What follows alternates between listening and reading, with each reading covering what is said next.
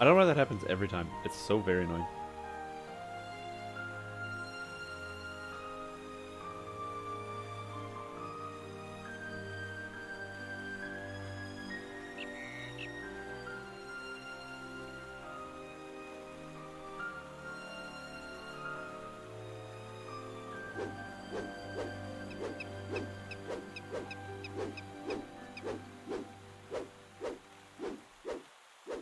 Neat. Alright. I'm almost there. We almost turned on the live stream. And the stream almost went live. Hello everybody, and welcome to the stream time. Today we're going to do the live stream.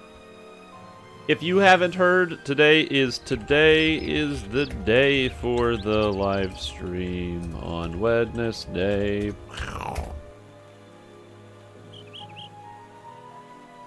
Alright. So, what was I saying? Closed all these tabs. I was supposed to look up something. I remember what it was. Oh yeah, the DDO stream. DDO stream. DDO stream videos. Oh, they're offline. Perfect. The worst is when the stream is offline and then it just plays extra garbage. Anyway, so hello everybody, welcome to the stream. I'm Rich from Tom, and today we're going to be doing some super fun time experiences where we're going to be reincarnating. Because if you haven't seen yet, I have a fighter and I've been playing this fighter, and it's like kind of fun. You know, it's like okay. But what I want to do is I want to stop playing the fighter because it stresses me out. So instead of having a fighter with a bird, look at that bird attack. Instead, we're going to have none of that.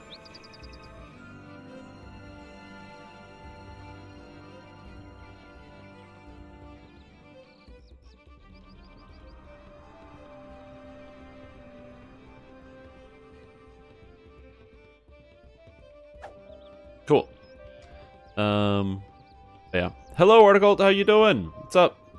How are you feeling today? I hope you're doing well.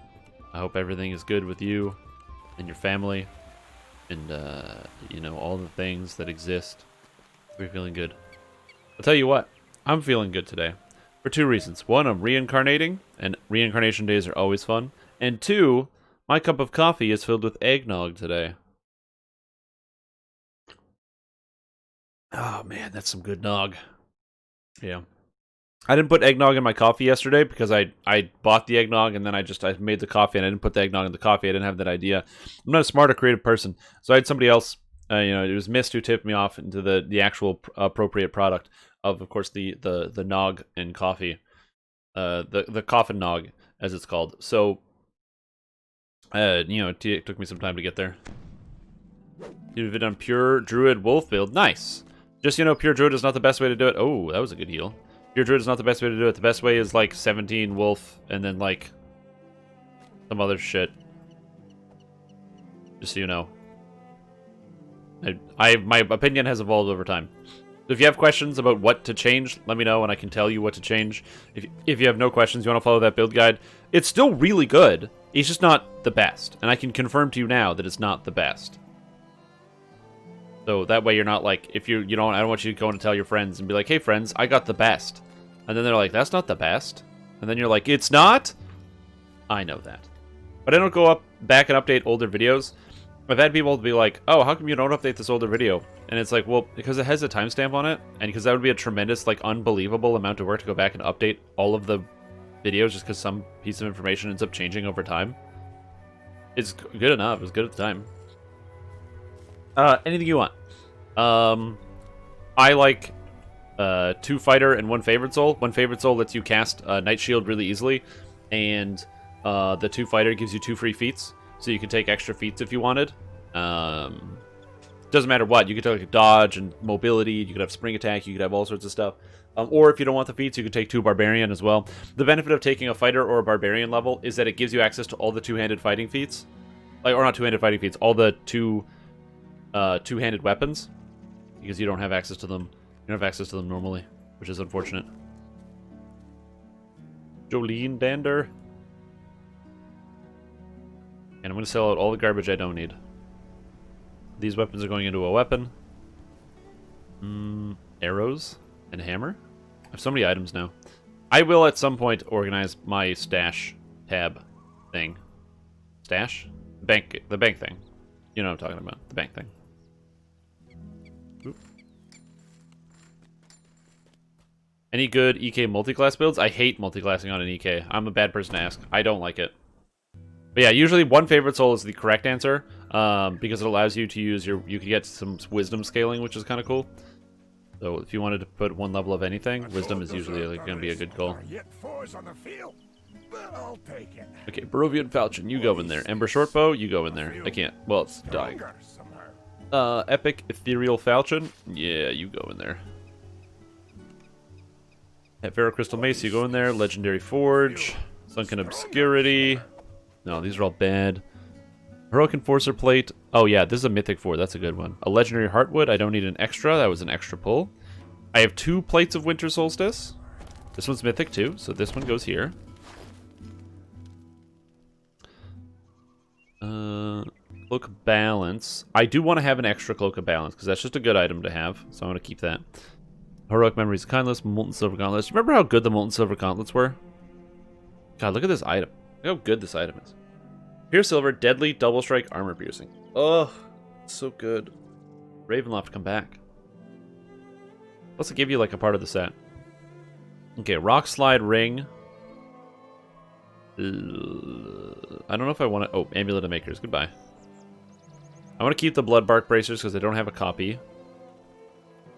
Yeah, I'm going to keep all of this stuff. Alright, Garbage Destroy. I find it's hard to figure out what to destroy at any given moment, so it takes time. We'll see you here. Watch videos. Thanks. I hope you enjoyed them. Smiley face. What do you think of the announcement today? What announcement today? Do you mean the announcement yesterday of like the purchase of the company? Or like the purchase of Daybreak Games? Or is there another announcement that I missed?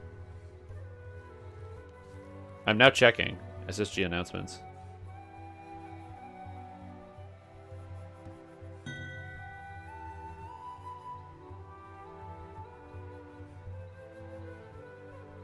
You sure? What announcement? No, Standing Stone Games didn't get bought. Daybreak Games got purchased by a another company, like a very like some large. Or Daybreak got purchased by some large international company. So Daybreak was purchased, but it doesn't. I don't think it'll have any impact on Standing Stone Games because Daybreak is a distributor. So, like the company that owns like. Daybreak has no influence on SSG's decisions because they're not like a management company, they're a distributing company. So I guess they probably like allocate some amount of like support for like marketing and infrastructure and stuff like that. But they don't have anything to do with the individual like decision making, you know what I mean?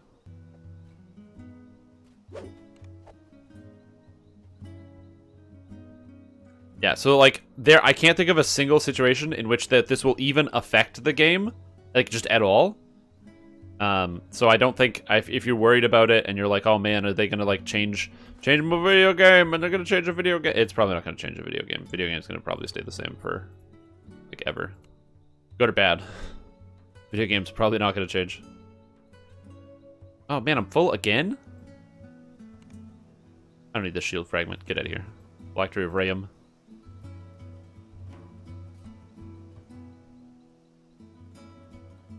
Okay, let's get more potions of prowess. Let's just make like 30 of these. I don't know. Yeah, I can't think of a single situation. I was looking through it and I was trying to make sense of it because I'm not a business guy, so I don't know much about acquisitions. But the news came out yesterday while we were doing the Lotro live stream, and we were chatting about it for a little bit. But yeah, it's the kind of acquisition where there's no money that is going to exchange hands between SSG or anybody else, and there's no exerted like power from any of these companies. So it is highly unlikely that there will be any impact on SSG's like day-to-day. So I don't think it's something that you should be worried about if you are worried about it. If you're like, oh my god, they're gonna blow up the Hoover Dam. Like, they're not gonna blow up the Hoover Dam. It's fine. Don't worry about it. Okay, let's put some stuff in the bank now. Okay, take off all the gear. Take it all off.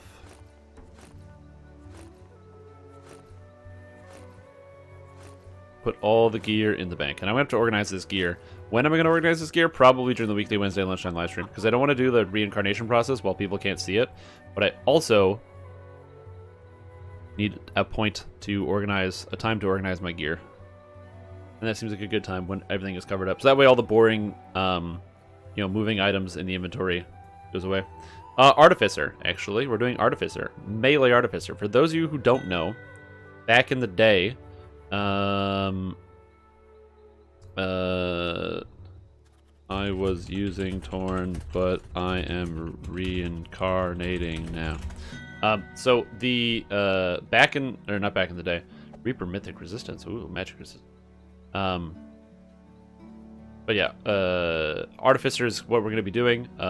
I have a item or a build in the past called ooh, 200 XP. Get out of here.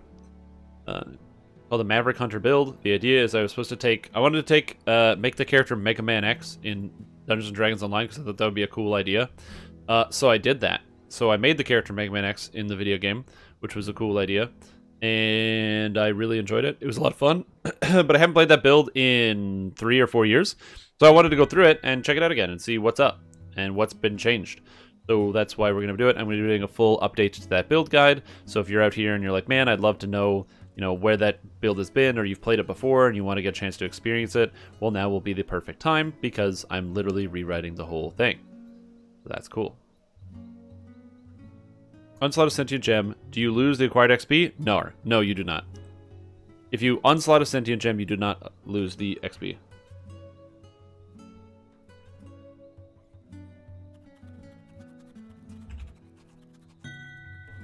So, no. You do not, you don't lose anything. So that's pretty cool. Is my character wearing anything anymore? No, just some cosmetics. Cool. And hair dye. Do I need blonde hair dye? I'm putting it to a Warforged, right?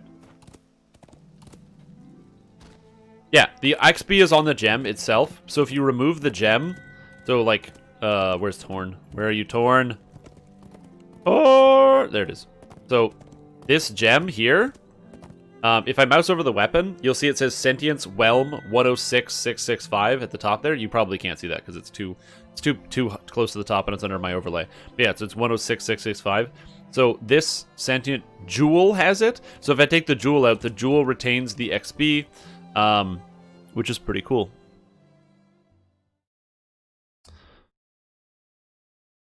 So just keep that in mind. That is essentially, you know, one of the things you can keep there. If also, let's just say you have your gem, and you know what? You hate it. You say, Inquisitive, I'm done with you bullying me and making fun of me all the time about how much I suck. I know I suck, Inquisitive, gem, but I don't need you to tell me that every time I die. And you don't like it anymore. If you take a sentient gem, you can feed it to another one and transfer the experience.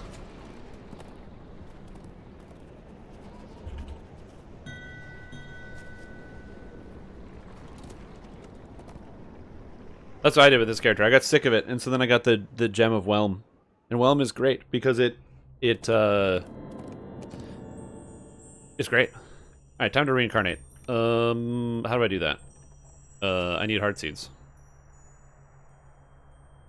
Seed. Heart seed. Doo-doo. Heart seed. I need to get an epic Heart of Wood. Okay. Now I need a heroic Heart of Wood. No, I need a Heart of Blood? Yeah, I need a Heart of Blood. Yeah, you can do that. There would be a scenario where a person dual-wielding 2 different types of weapons would be better than the same type of weapon. There's tons of them. Like, literally most of the scenarios. For example, if you are using... like, one, you don't need to have 2 of the same weapons. Like, for example, Pain and Suffering. They're 2 different weapons. They're 2 daggers, and they have different effects on them. You also, lots of weapons give you different effects, like Fetters of Unreality for vulnerability stacking, or Improved Deception for sneak attack, or Ooze or Dust. Also, a lot of people who dual wield like to use Legendary Green Steel in their offhand. By using Legendary Green Steel in the offhand, they still do the main hand weapon damage most of the time, and do the most damage, but then they can debuff a monster by reducing its physical resistance rating or magic resistance rating, or whatever they need to do. So yes, all the time. Oh, like a sword and a mace? No, never, because of feat requirements. Due to feat requirements in this game, you pretty much never ever do that.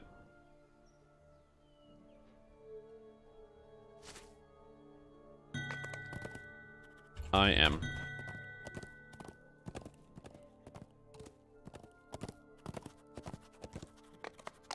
I have somebody who's messaging me like consistently in game, and I don't know who they are, but they're very nice.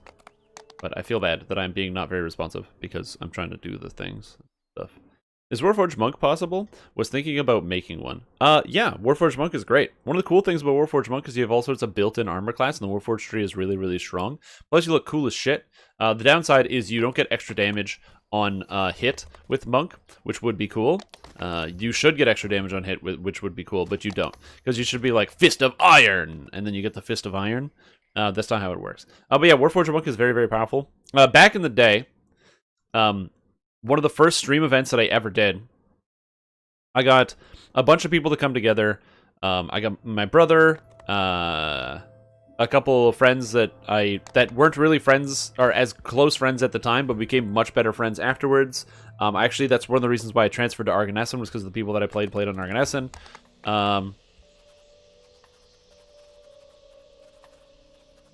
Mile. So a bunch of people, and also one of the DDO staff, and also the legendary Durocan showed up, and we did a run of Temple of Elemental Evil with all First Life characters, which was really fun.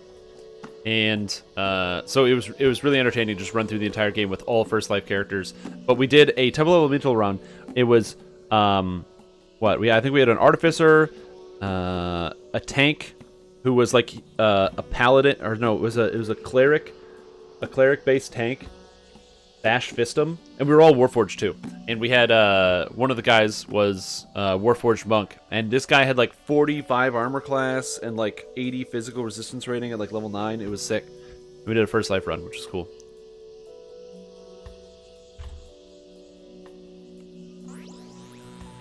Yeah, you can use different weapon types, absolutely. Like, so, for example, Headsman's Chop is one of those perfect examples of what you're talking about, where you use a battle axe and a long sword.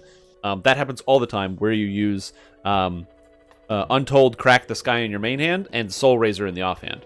That is the best combination for fighters, by the way. If you're playing as a dual-wield fighter, so like the class fighter, dual-wield fighter uses the Untold and Soul Razor combo every time, because it's really good. So that is two different weapon types. But you would never have, like, a bludgeoning and a melee. Yeah, this was in, like, 2016. It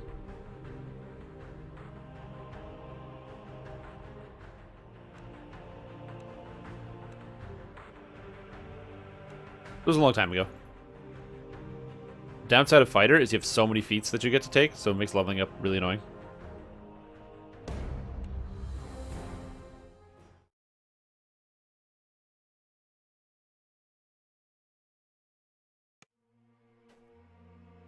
But yeah. So Papa Zuzu is definitely correct, 100%. Yeah, Bladeforge Monk is also a really good idea. You essentially just shove in the 2 levels of Paladin or play Pure. It's entirely up to you.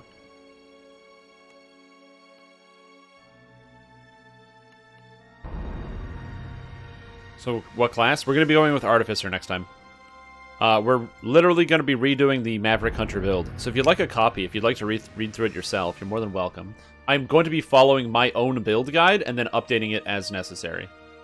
Because it's one of my, like, longer...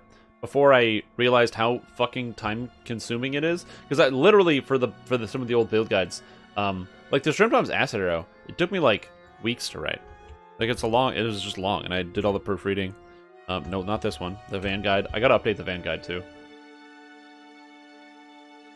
This one was fun. Look at that! Look at the intro that I did!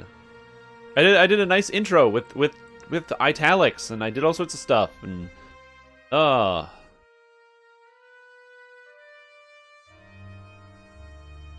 And I have to make a new endgame item. New endgame thing. Oh, look at the formatting on this post. Colored text. All sorts of stuff.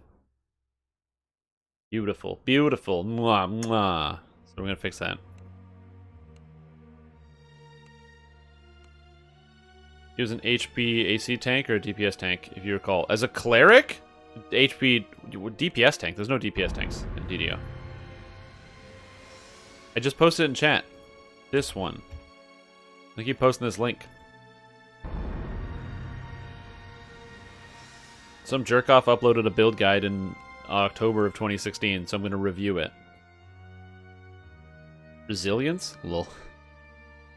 Defensive combat state for +4 all saves, and you can't use it while raged. You guys remember Resilience? It's a really cool idea.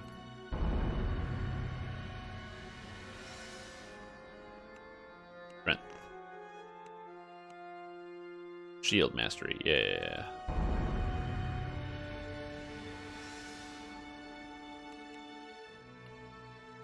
If you're wondering why I'm just taking all the feats, this is epic reincarnation. I'm reincarnating back to level 1.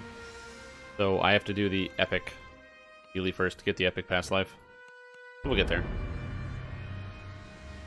Yeah, so there's a lot of things I would like to change for it. For example, this build is updated for update 41. We're on update 48. Since this build was updated, we've had 3 expansions. So I'd like to update this. Is it 3 or 2 expansions? Hold on. Let me check. What am I saying to use? Tiara of Madness?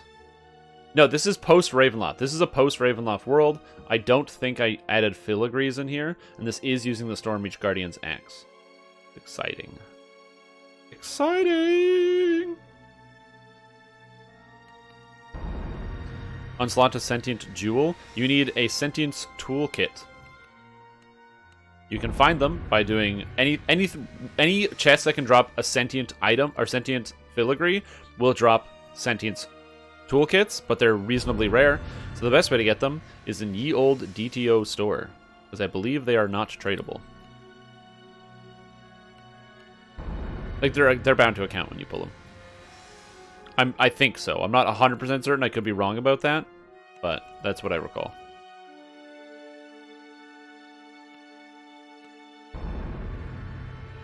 Yeah, this is the benefit of playing basically one character and not reincarnating, is you don't really need a lot of sentience toolkits, and you don't need to rejig all your filigrees all the time. But if you're like me and you reincarnate into a different thing every single time you play this game, you often have to redo your damn filigrees. I would love it if I made a huge mistake and I can't reincarnate or something dumb happens.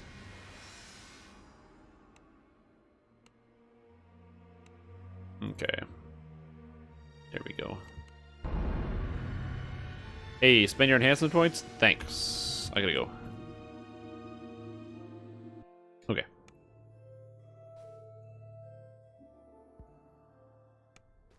So, for leveling, I said leveling gear, Voice of the Master, Mantle of the World Shaper, Spinal Tap, Pensophic Circlet, Armbands of the Silenced Ones.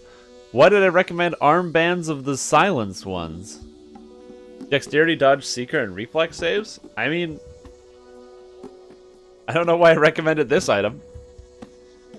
Wow, I must have really liked that item. Cool. I guess that's it. No, I'm good. Heart of Blood.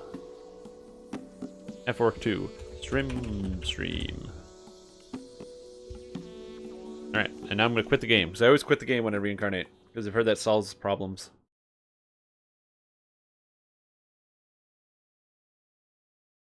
This is going to be a pure Artificer. We are not doing 18-2 Rogue or 18-2 Fighter. None of that. We're going to instead be focusing on, you know, there's the raw damages of this character, and also a lot of the cool Artificer stuff. So it should be exciting. I'm also going to do a rune arm check to see what rune arms I physically even have. Make sure that will work. This is going to be a dealio.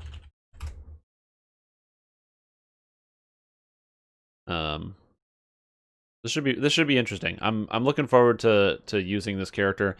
I think my plan is to use, I think we're just for posterity, we will actually use Bastard Sword instead of Dwarven War Axe, which is a better weapon. Dwarven War Axe is a better weapon in all cases. We will be using, oh no, this says Hellball? I recommended Hellball? Oh my god. And Arcane Pulse? Oh, no, no, dude. No, no, no, no, no. Oh, God. Hey, Suffa, what's up? One class build? I know. I know. I know. It's weird. It's strange. I know I'm the multi-classing guy. Everyone knows that's all I do is I multi-class. That's me. 2014? 2016, actually. If you want to look at what I'm looking at, it's right here. It's my super fun build guide that I wrote.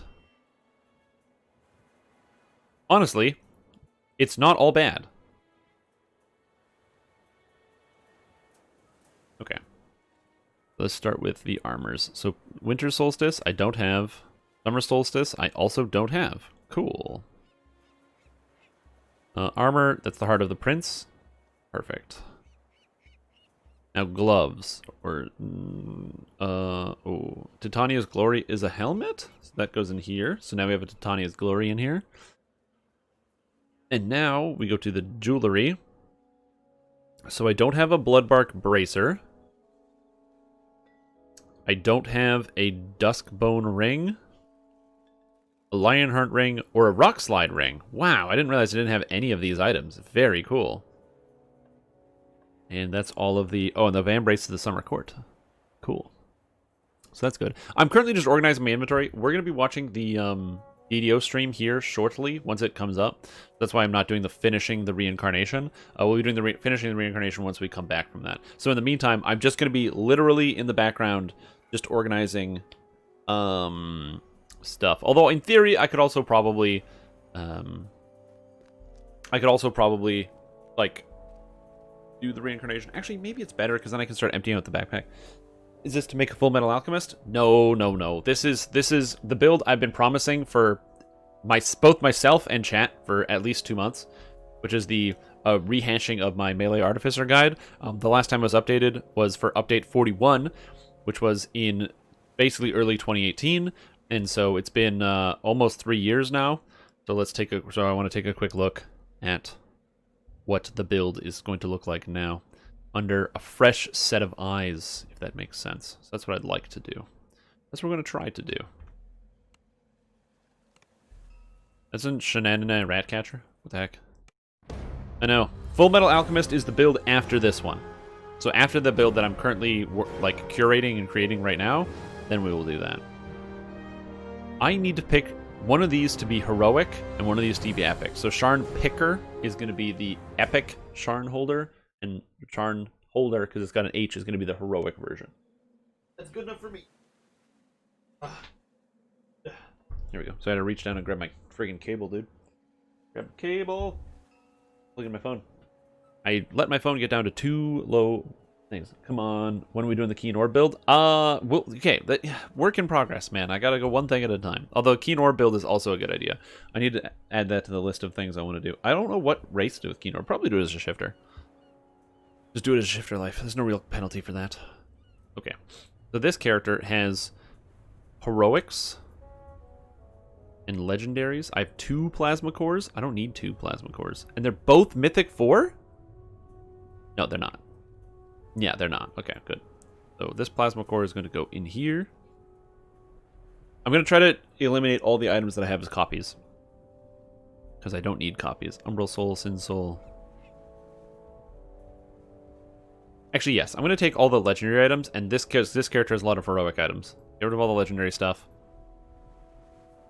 And keep only heroic on this character.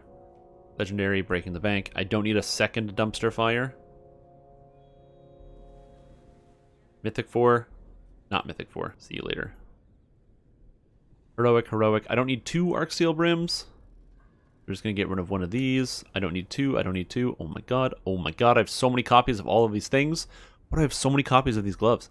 And they're the same copies. Oh. I need to make a spreadsheet.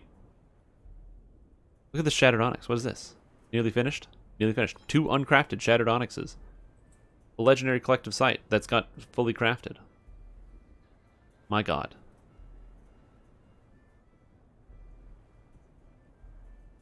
Keen Orb with the 2d6 Scepter of Good Luck. Yeah, the plan is I do want to do the Keen Orb build. That's on the list of things to do. So At some point, it is going to get done. I just don't commit to things well.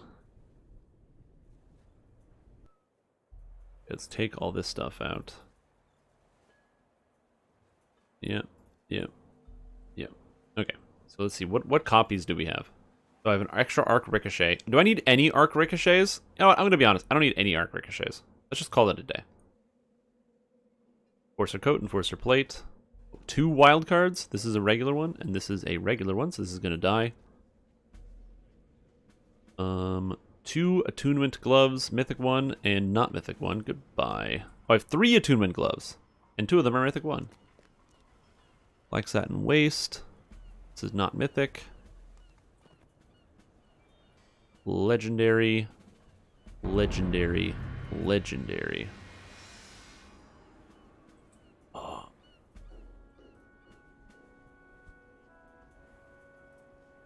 This is like not making this process any easier. You know what? All these heroic items that are extra copies, I'm just going to destroy them. That makes this easier.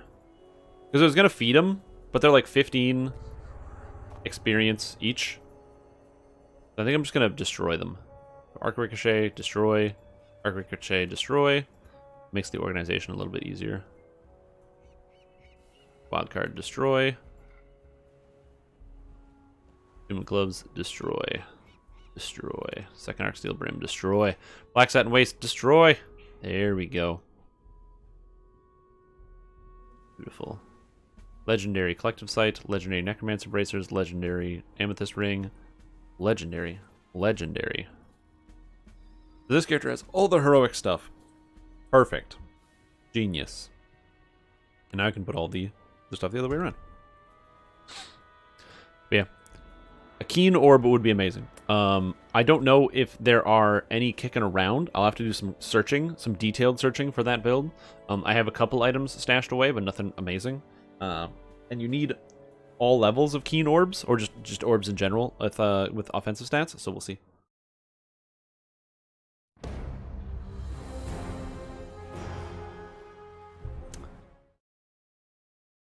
Yeah, the problem is I haven't been playing a lot of... Actually, it's not true. I have 100% been playing a lot of Magic characters. Okay. So let's just take all these legendary Sharn items and put them in my inventory.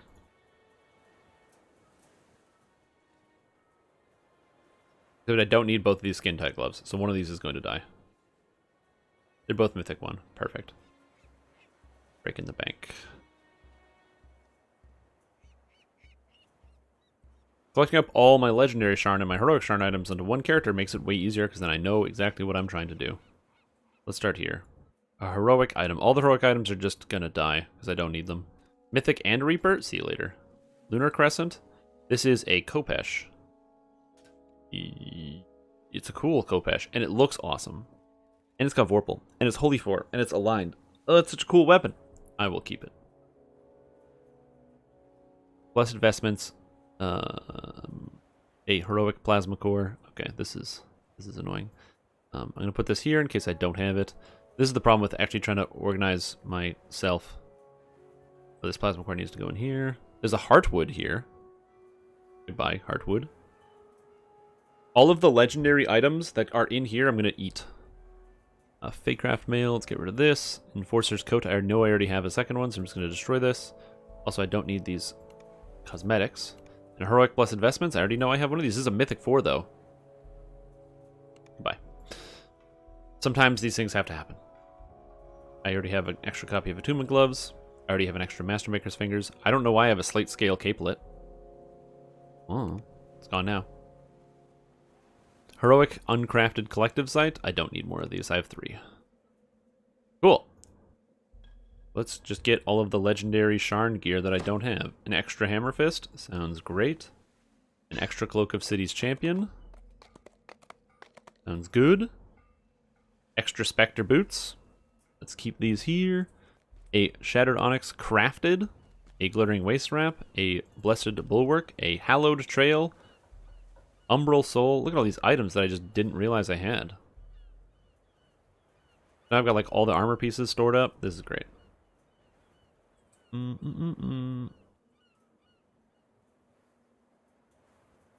collective site. Apparently I have Helm, which is Insightful Search. I'm just going to take this out and destroy it. I don't Oh yeah, I made the Insightful Search Helm so I can use it on my rogue. I don't think the DDO stream is coming up, guys. 6 minutes. Where are you, Jerry? As you shake your fist to this guy.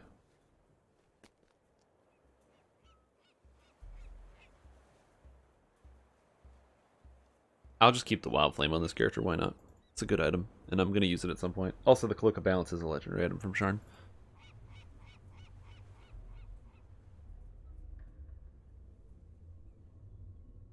Excuse me. What's happening?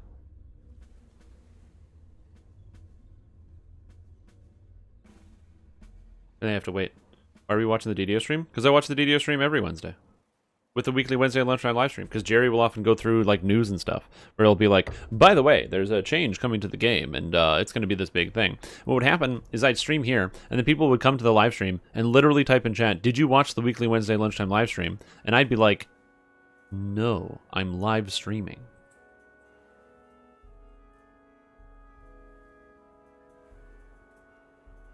Are we the busy, huh? So we do this. Kicking off all the streams.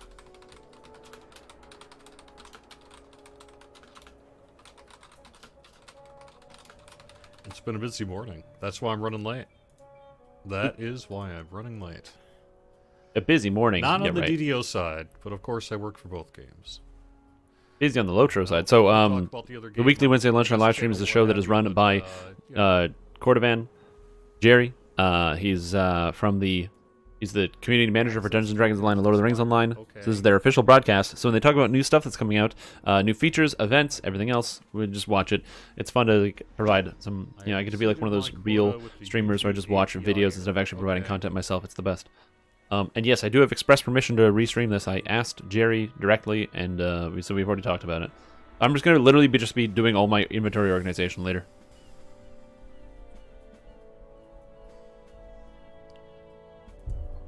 I'm just going to be doing my inventory organization in the background while we watch this. Why can I not just go live?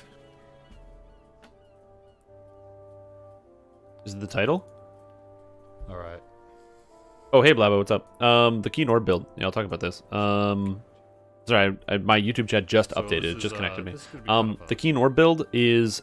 so orbs are +0 to damage, and they can't do anything. Like, you can't use them as a weapon, realistically, because they don't get actual weapon stats. But if, for whatever reason, an orb spawns with weapon stats, it spawns with shield stats, and then you can suddenly use it as an actual Vanguard weapon. So the idea is to play a Vanguard build using shields, using orbs, and it's an interesting idea, and I'd like to try it out. Which is fine, except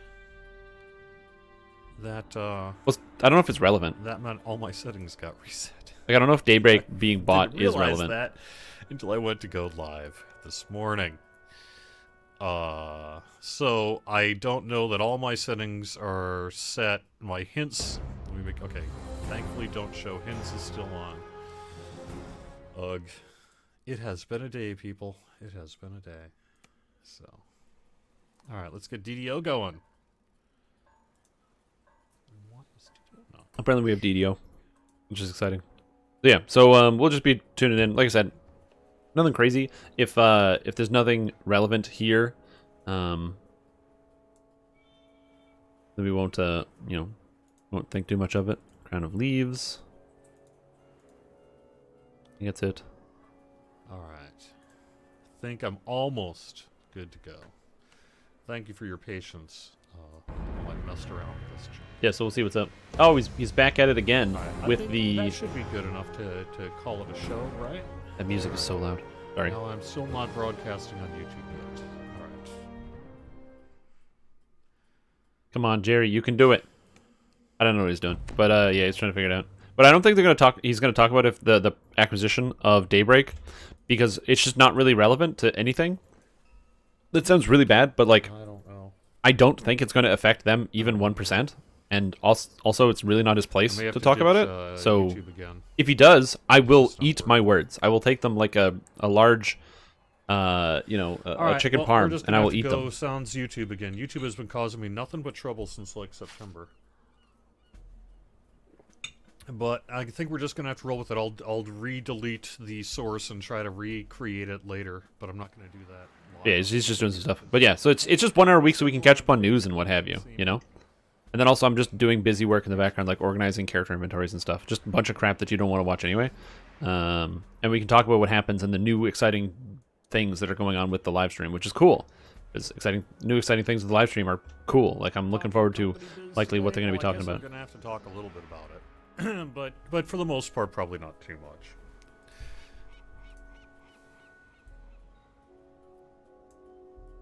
So we'll see.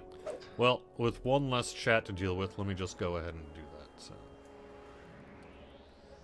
Wait, why is Jerry shaved? Movember. Yeah, that's right. That's right. Upstream's average numbers to partnership. That's true. Probably not. Quest received. Also, welcome. I don't have my menu up. I broke YouTube again. Link. I know. Bunch of numbers. Yeah. Welcome.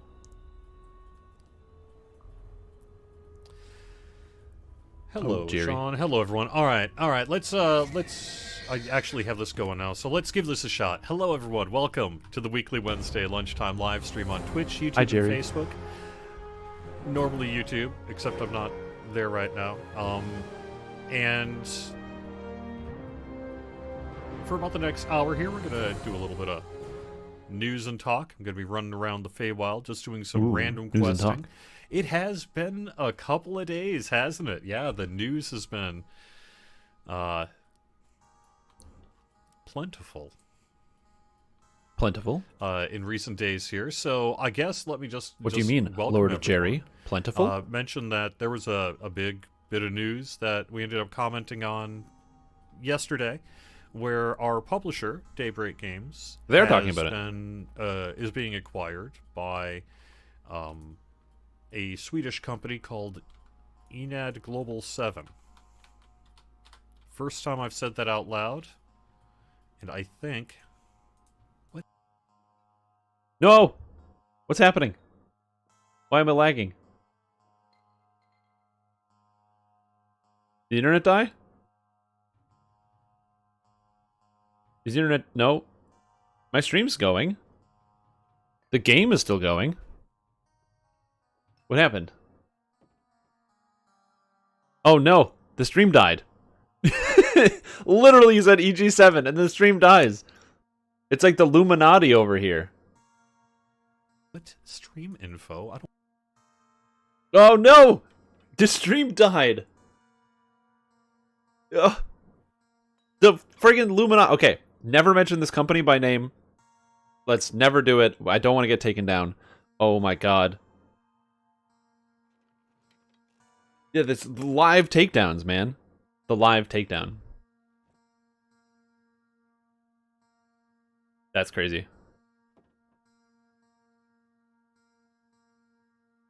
Yeah. Yep. Yeah. Just got him. Struck down. Holy guacamole. It can happen to Jerry. It can happen to you. You never know.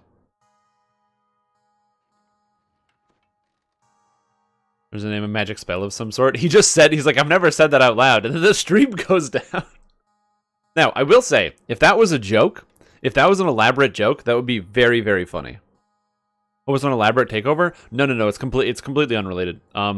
Basically, the deal with EG7 is like, my understanding is EG7 is just like a conglomerate that owns a bunch of different distribution platforms. And since Daybreak is a distribution platform, it's essentially it just affects marketing and things like that. It doesn't affect the actual, like, they don't want any more fingers in the game. Like, EG7 has no impact on Staying Stone Games. Whether that affects Daybreak's relationship with them, I don't know. Nobody knows. The stream died. That's crazy. Look at that. Look, it's all gone up in flames. Everything seems good, and then bam! You know what came out of there? A gorilla in a lamp suit, looking like a lamp. What's the full name? Not gonna say it. You can't get me. You know how smart I am? Smart as heck. HE double hockey sticks. Boy. You're not gonna trick me with your words and your phrases? Is he still live on Facebook? I don't know.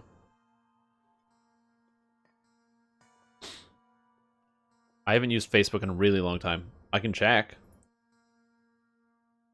Facebook.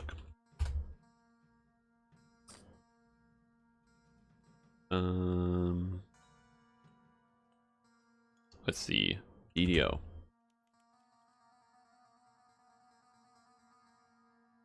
I found it brought me to RuneScape when I typed in DDO. That was cool. Oh, he is live on Facebook. Have your information at this point, and so hopefully you'll return that private message and let me know what character and server to send your stuff to, and if you've already done so, then I've either already sent it to you or it's on the list to do within the next couple of days here. So I was going to do it yesterday. Okay, I'm gonna get this up on the other screen, but give me a sec. Yesterday ended up being a little busy. So I didn't end up having time to do this yesterday. So I'm gonna have to get back to it today instead. But that is basically what I'm doing this week outside of the regular stuff and apparently all this other breaking news. But anyway, it's pretty cool. We're excited about it. I'm personally excited about it. I think it's neat. It sounds cool. It's neat and it sounds cool. And it sounds cool. Yeah. There is Cordovan's official statement about the Enad Global 7 acquisition. You can't really see him. I'm gonna have to adjust this. I don't want to adjust this. Want to be lazy? Yeah, I know I'm watching a live video. Okay, well, this is what we're gonna get. So he said something about Enad Global 7 and that it's cool. Here we go. Also, I would just like to point out that they have almost 100 viewers on Facebook. Are there that many people that just watch stuff on sorry, Facebook? Sorry, Smash. I know YouTube didn't go live.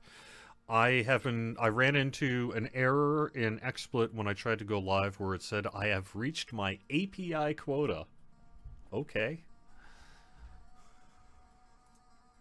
I didn't know I had a quota. I didn't know I was using an API. PDF. Hey, look at that. I guess I'll have to look into that. Acquisition of Piranha Games. I'm gonna bring some hired guns here to help me out. So, except it's... Twitch shouldn't be down.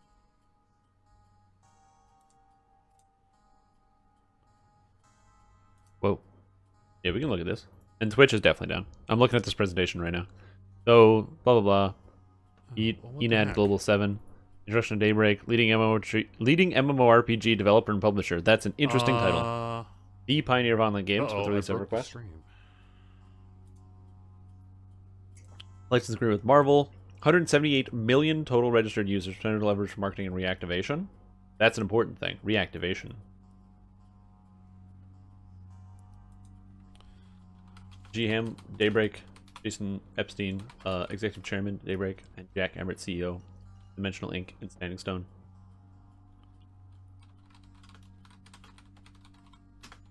Interesting. Look at that money. Oh, that's some money. The nice thing about accidentally not streaming is that I get the chance to say it all again. 3 valuable original IPs. How's it going? Blind Side 2, H1Z, EverQuest. I don't know. I didn't do anything. What the heck is going on with my computer, man? There you go. Here, you ever want to know? There's your information. I don't know how you got this. How'd you get this? We're back now. So I don't know where I actually stopped talking. I guess it's just a presentation, so it's just updated. Has it been 3 minutes? What was the last thing I said on the stream? I don't know. We were talking just a little bit about the acquisition. Okay, I'm just going to slow down Jerry for a second. So if you want to know why Lotro gets more attention than DDO does, there's these numbers right here. DDO, 22,000 members and 6.9 million in bookings versus Lord of the Rings Online, 9.9 million in bookings and 41,000 members. Anything on the DDO side. And on the Lotro side, in bookings by lead. DC Universe, EverQuest? Oh no! If you want to go over to the Lotro forums, there's stuff. Whoa! But to be honest, that was stuff that was... Well, damn. I can't say that. I don't know. I don't know what I could say. I better just say nothing. Average monthly payer conversion? Side. and it really Deep is not monetization actually model. related to Average acquisition, monthly. although I guess it what's kind of I don't know is. what this money is. ARPPU. And it also I have to Google that it one. also isn't. How's that for an answer? Anyway, you missed my really great response, which is what do I think? Average revenue per about paying the user. Enad Global Oh 7 my god, look at the average acquisition revenue of per paying user of I DDO think it's neat, and Lotro. and it'll be cool. Look at that. Average revenue per paying user monthly? So Cordovan's official statement. I Wow. think it's neat. That's ridiculous. There's my official statement as to it, and I don't really expect it to have any major ramifications. I know, but like, for whoa, what dude. we've already been planning to do.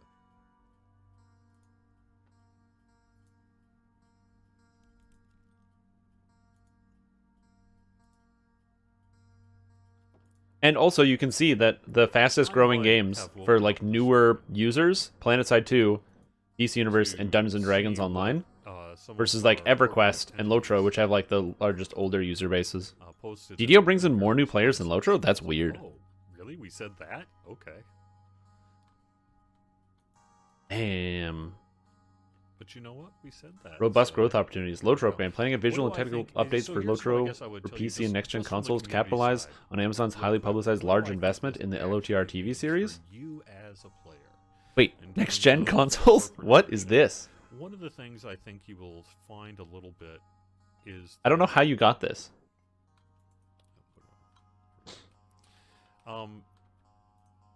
Enad Global 7 is a publicly traded company. And as a publicly traded company, they release a lot more information in general than privately held companies, of which Daybreak was, SSG is, etc. So what this is going to largely mean is for those of you inclined to dig through, SEC relate, well, not SEC, whatever the Swedish equivalent of SEC filing statements are, you'll probably get some pretty good news every now and then about what's happening in DDO. Dude. That's honestly about what I would expect the main impact to be. Yeah, basically now if Just you from the want, community. because they're publicly traded, sort of like how Blizzard is, you And- can and literally that- just go that look at their exists investor under Warner presentations Brothers, of course, too, right? and get all the data about how the because company is Warner doing. Brothers is publicly traded and all, but it's a little different on the WB side because Warner Brothers was so huge, right? I mean, they're such a global, just they do everything that DDO and Lotro, even given how big they are and certainly were and still are, is just a blip on WB's entire portfolio, right? I mean, what has Warner Brothers done in 2019, 2020? Oh, kind of a lot, So when it comes Sorry, to their this is public really big filings, news, you dude. tend to Also, I don't have. Oh, I get do have water. Never mind. We're good. a lot less specificity at that kind of granular level because there just isn't room for Is Stadia? it I don't know. as anything. Stolen from a staff meeting? It's not But stolen I from a think staff we'll meeting. find with the new Enad Global stuff that potentially a little bit more information, some of those numbers, even information, in particular, some of those hot numbers, might even get out there in a way that us as a company at Standing Stone Games, frankly, hey, that's how it works, man.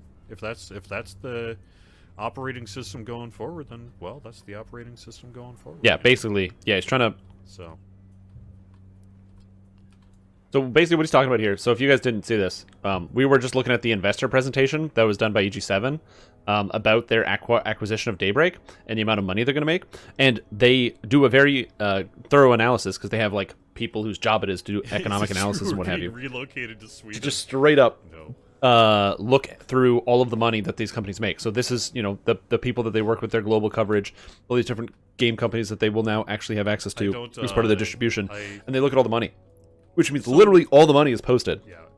And I so don't that's know. one of the I reasons don't why really people are have like, much I can say.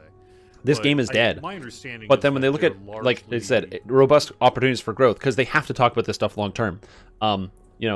Just the fact that one, Dungeons and Dragons I don't Online expect it to really have any- is unfortunately not growing as fast as EverQuest. Why is EverQuest growing so fast? Do a lot of people like EverQuest? That's crazy. But also, this is such a crazy number. This is I a can say really, this as really, well. I was really big number. Really get secretly thrilled to learn that So, you know, we don't really, like, I personally do not typically have a lot of interaction with what's going on with the other Daybreak games. You know, like, I don't really get secret info about what's going on. He's just happy about the fact that they make shitloads more money than them. You know? Whoa, that blows my mind. So, but we like each other.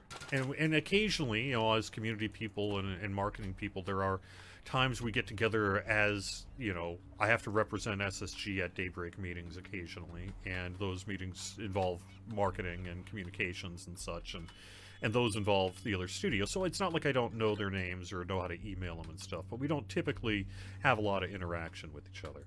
However, we get along well, and we tend to consider each other kind of brethren in many ways. If for no other reason than we're sharing a bunch of resources and stuff, right? So it's kind of cool to know what else is in the company's umbrella, so to speak. And I was personally exceptionally thrilled to learn that we've got some MechWarrior ties now. I think that's pretty hot. Oh, that's true. They're now under the same umbrella as MechWarrior and MechWarrior on. I don't know. I bet a few of you know and what MechWarrior Online is. That's also very cool. Holy macaroni, dude! I'm like shook. This is really weird. Do you know players who spend hundreds of dollars a month on Reincarnation? Absolutely. Is it going on YouTube? This stuff's on YouTube. I'm not gonna put this restream of a stream on YouTube. That to me feels like kind of disrespectful, so I'm not gonna do that.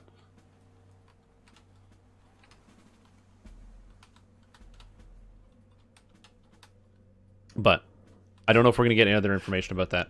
But that is just that's just so surprising. Kroner, isn't it? Is that right? Am I right about that? Is there anyone from Sweden that can tell me how much of an idiot I am? But still, kroner. So do you think you're already scared? Are you scared of changes like this? Okay, so here's why this is a good thing. It is a really good thing when you have numbers. One, increasing percentages. So they talk about how the monthly average users versus members. So you know. This is really, really important. Members are essentially subscribers, people who subscribe to the service versus the monthly average of users. No, actually, and I you have some games like DDO and Lord of the Rings Online, in comparison to some of these other ones, where, like I said, the amount of bookings that they have compared to the number of actual members and stuff is like really, really good. So yeah, I don't know. I'm not an analyst. I'm not a guy. But what I can tell you is that the games are making more money than I thought they were making, which is good, and they're set up for new player growth. And also, if you were curious about it at all, it turns out that this this company, what's it called? EGAD7. Anyway, whatever it's called, this company has a focus of the Lord of the Rings Online as part of their continued growth plans, where they're not like, hey, look, there's going to be competition from Amazon. They're like, we're going to use Amazon's publicity to make more money on our video games, right? And so their plan is literally, and also the growth of company, right? So this is also an important thing. Their net value. I doubt. So let's give it a shot. That's basically their idea.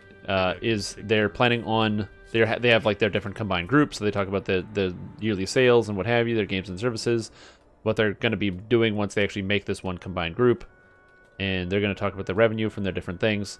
And the fact that Daybreak makes so much money is not really surprising, but it's kind of, I don't know, it's kind of impressive. And look, there's even more financials. I'm not going to go through all of these financials because it's literally not my job. I'm going to wait for somebody who's an actual like analyst to look at some of this stuff. Somebody's going to post it somewhere. But anyway, to quickly summarize what is going on and what they're talking about. They were bought by a company, and the reason they were bought is because they have a lot of successful intellectual properties, and the ones that make them some of the most money per user are Lord of the Rings Online and Dungeons & Dragons Online, that are also experiencing steady growth. This is very important. In 2000, dropped a little over 1K on the game, especially on autos boxes. Oh yeah.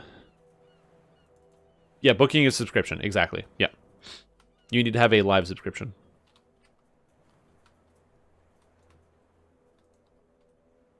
The risk factors are probably important. Yeah, but I don't know how to read that. That's my problem. Presentation? Yeah, it's in the Discord. You can check it out in the StreamTom Discord. It was posted. You think they would do another season pass? I don't know. All we know right now is that my understanding, from basically looking at that spreadsheet, it looks like SSG are making a lot of money, and which is one of the reasons why they're probably looking at different methods of like content production, and it also looks like they're experiencing larger growth than they have in the past in 2020, based on some of the charts. Right. So if that's true, and they're making more money now than they were making before, everything's gonna be all right. Yeah. Basically, that's it. If you're worried about the future of these video games, don't be worried about the future of the video games. The video games are fine. My friends. That's basically what they're saying. Wow, that thing. Me too. I want another season pass as well. I know a lot of people that would instantly buy another season pass.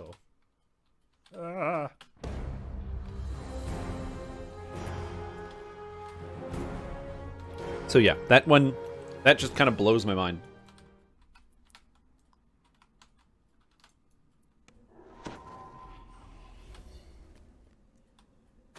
Oops, wrong one.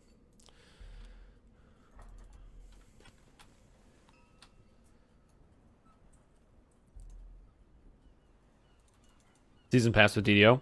The season pass, it was something they had for a limited time. There's a reason why I do gold rolls every single day. It was $300 US. You got 2 years worth of subscription, and then on top of that, you also got gold rolls every day and this cool fancy cosmetic armor. So this silver dragon scale. You can't get this silver dragon scale on any other way. It looks pretty good. The only downside with the silver dragon scale is they don't have a texture. This is untextured. It's been like this for the entire time. I don't know how this has lasted so long without a texture. This is the only thing I dislike about it. This is only on the Docent. I survived that. They have this nice texture, and then they have this garbage. I don't know why this exists. All right. This is like obviously a I will take placeholder. credit for that one. But other than that, the armor looks really good and has no issues on any of the races. It's just this Warforged texture right here. Cool. How many toolbars do I have on screen? I've got 10 of my own, and then 3 hireling. Yeah, plus they also have all those Swedish bank accounts and stuff from all those like American billionaires. So they have tons of money. Here, I tend to prefer a wall of it was in spells, 2018. Rather than was it 2018? No, early 2019. I don't remember. Anyway, it's going away. That's and we don't know if they're going to do another one. I will buy it instantaneously. So what happened is they had a I'm gonna pull all my rune arms in the bank here. They had a announcement December for it, now, and a bunch of where is people. Our December deals. The answer to that is starting on Thursday. Yeah. So we got special weekly deals that we're going to be doing all month long here. So weekly deals in December. Weekly deals. They know how to sell products. But yeah, so they were like, okay, they only have 1,000 season passes available. They were only going to sell 1,000, and a bunch of people were like, "There's bullshit. It's a ripoff. No one's going to buy them. Why would people spend $300? It's a horrible thing." Blah blah blah. Anyway, they sold it in 10 days, and then after they sold out, people started doing their daily gold rolls and realized that it's way worth the money because I have XP potions, I have all the tons of cosmetics, I got all sorts of stuff for free. I paid for it, of course, but the daily gold rolls are just worth it in and of themselves. And a bunch of people got super upsetty spaghetti, and that they didn't buy it because they thought it was a bad deal. And also, some people couldn't afford it, and some people didn't know about it. So it's kind of like it's a complicated scenario. So I don't know if they're gonna do it again. But goddamn, dude, I think they absolutely helped. I have the astral projector. That's cool. A flicker.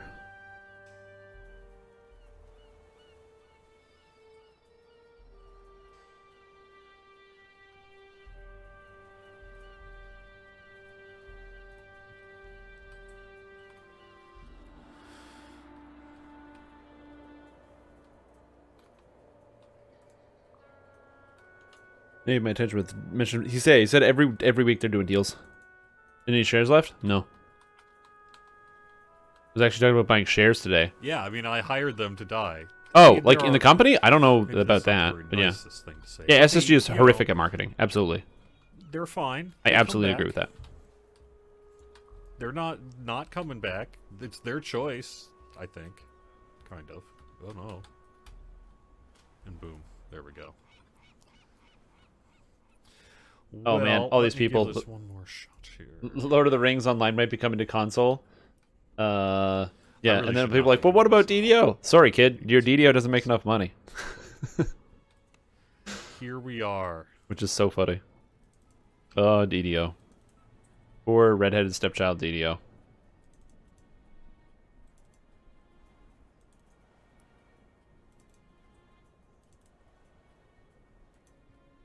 But yeah, so it's going to be interesting. So we'll see exactly where this goes. I don't think it's going to actually mean anything. It just kind of means that we'll have the freedom to look behind the curtain now that we didn't have before, which is kind of cool. But yeah, I don't think it's going to have any like big impact. So if you're expecting something really large, don't, because as I said, we're getting a peek behind the curtain, not like any like major changes are going to be coming to the game or anything. DDO would be terrible on console. Absolutely, DDO would be terrible on console.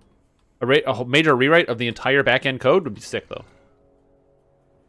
Get rid of all the raid lag? Raid lag. But, doesn't mean I died once.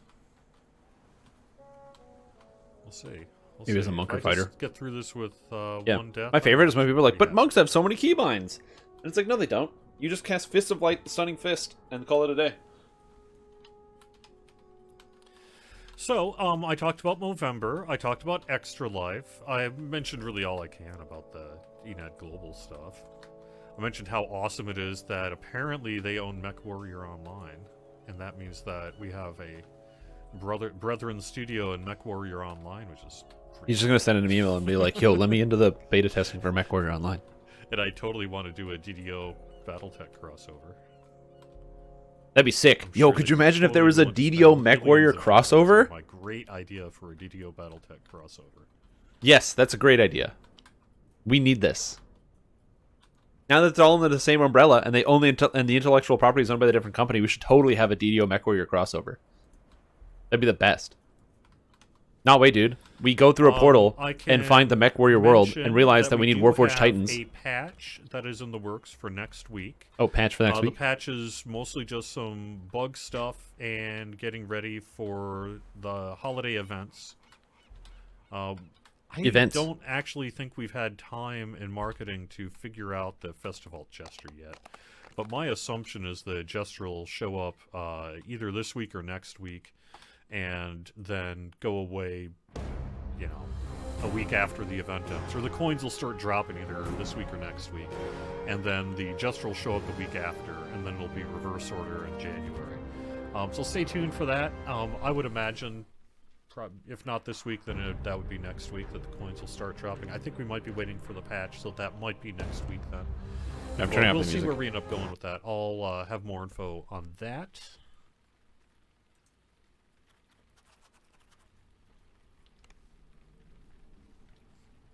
I'm all for it, yeah. Warforged Titan Iconoclast? No. What I'm saying is, a portal opens up, and we go through it, and it's the MechWarrior world, and there's giant mechs, so we need mechs to combat them, so we send in the Warforged Titans, and then... Do I have Augment Summoning? If I run with only them, I should take it. You're right. I should take it if I do run with only them. I typically don't. I'm just bringing them out to fill in some gaps on aggro as much as anything. So yeah, that'd be sick. that.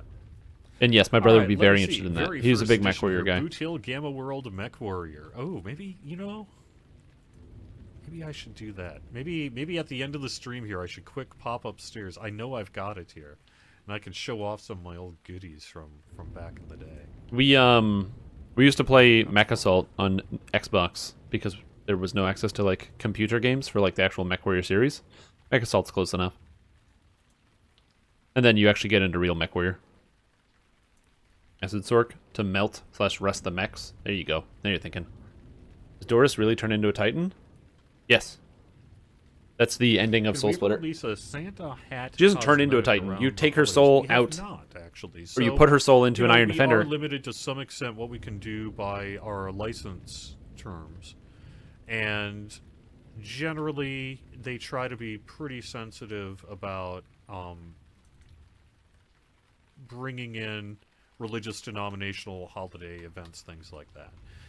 You know, we've got some pretty goofy stuff out there related to that are basically holiday adjacent, but something like a direct Santa hat I think might be a little Yeah, they got candy Not canes, so they saying can't we have Santa hats. couldn't do it, but I think that in general it might cross a line that we might not do. I don't know. That's If it surprising. made sense. If there was a reason to do it, maybe we'd do it. But otherwise, I'm not so sure about a Santa hat on that one. Yeah, I guess I'm kind of surprised by the question, but I'm not entirely surprised. It makes sense that somebody would think that they could just like, well, why can't you just slap a Santa hat on something and call it a day? But it makes sense that they obviously can't just slap a Santa hat on something and call it a day because I mean, I think anyone who plays DDO long enough will know that we're not afraid to get a little goofy here. But I think even the Santa hat might be a tough one to. well, yeah, sell. because there's no Santa in DDO universe. You can make up your own holiday and add some stuff, but it's just it has to go by Wizards of the Coast, and you have to be like, hey guys, can we put Santa in our video game? And they're like, we don't like There's that. an augment summoning augment. Ah, there is indeed. Yeah. Oh yeah, you can get the augment summoning augment. That sounds so dumb. Just to say augment summoning augment.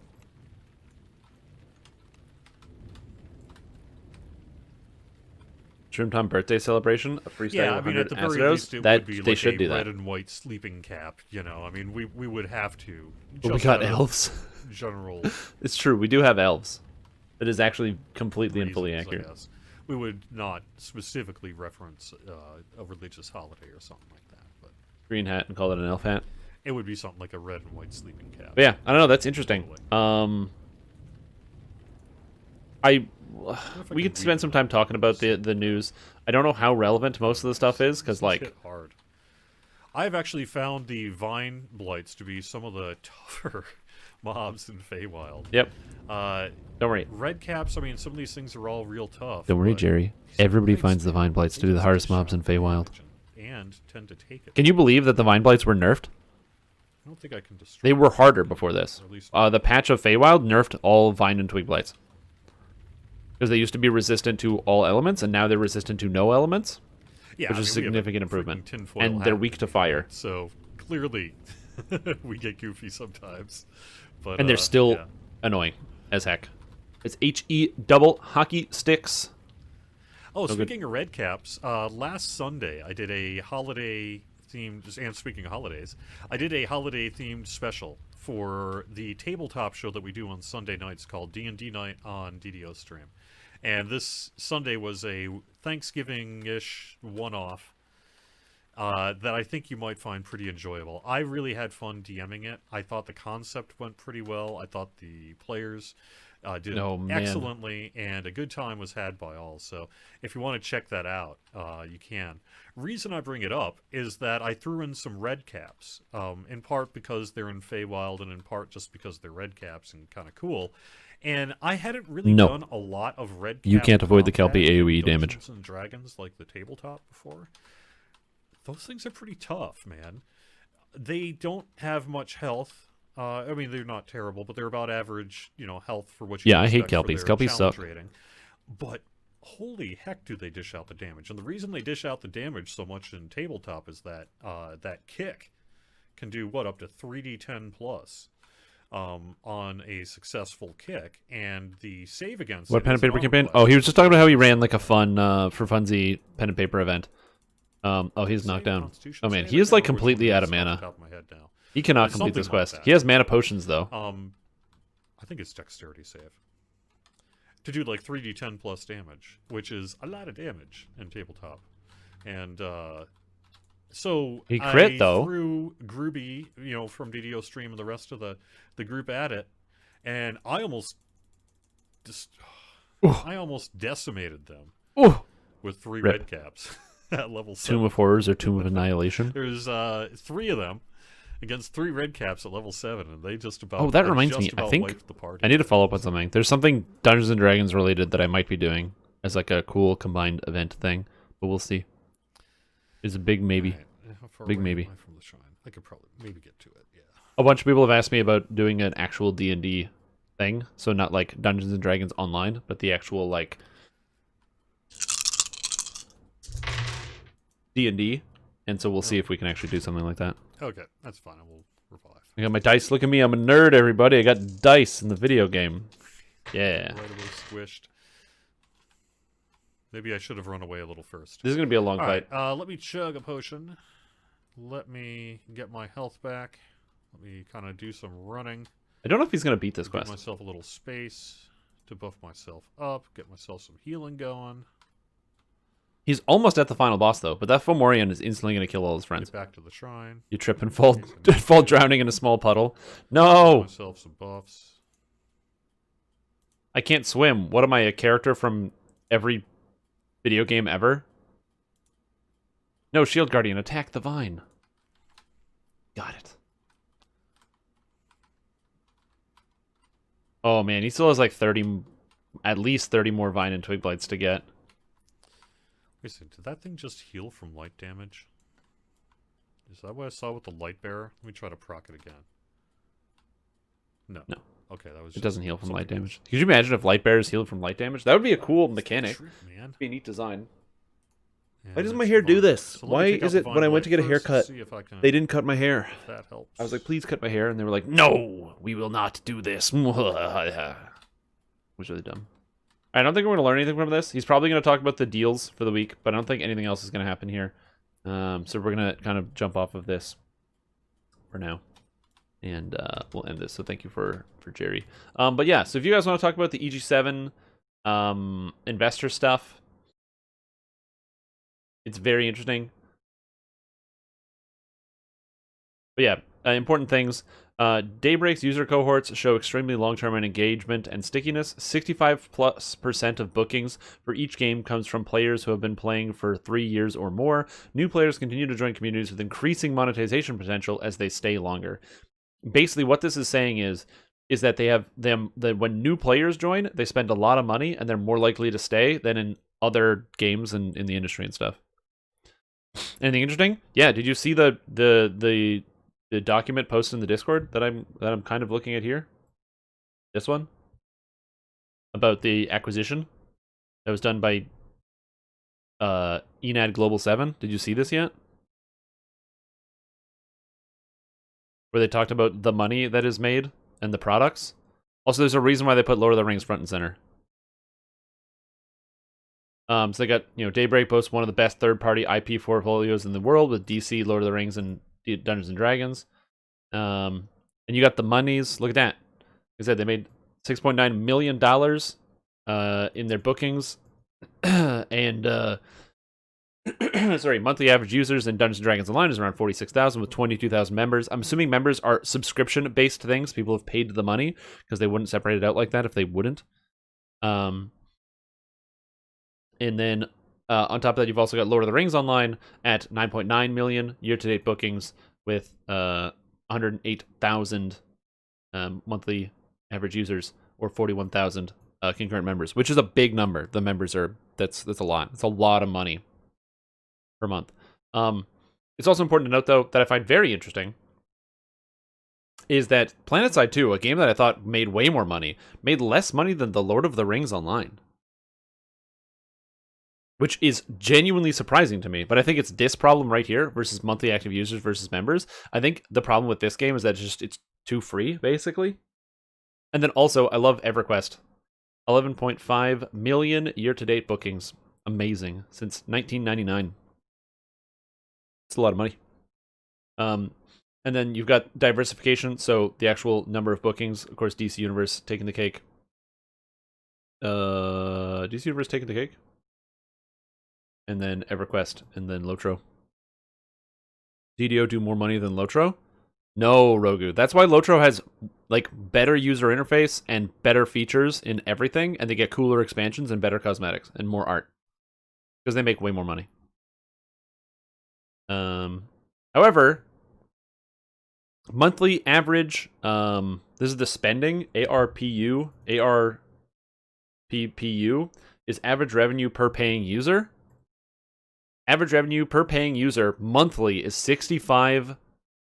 $65 per average user is astounding. And then Lotro is up here with 51.9. EverQuest has a lot of players. However, it makes almost half the money that Lotro does, which is crazy. It's just such a weird number to think about. Oh, I know. I see your hee-hees. Can I have my personal metrics, please, Daybreak? That's an interesting question. And then also you look at like growth. It's really exciting that DDO is about 24% of their player base is new within the past 3 years. So there is a lot of existing player base, but they're actually still growing, which is good. They're not just like kind of working on this big number here. And that Daybreak's user cohorts show extremely long-term engagement and stickiness, which is exciting. And then they also talk about the robust growth opportunities. So these are planned projects that are already in the works, that they've already done the money for. They're doing the hiring for. These companies are working on this stuff.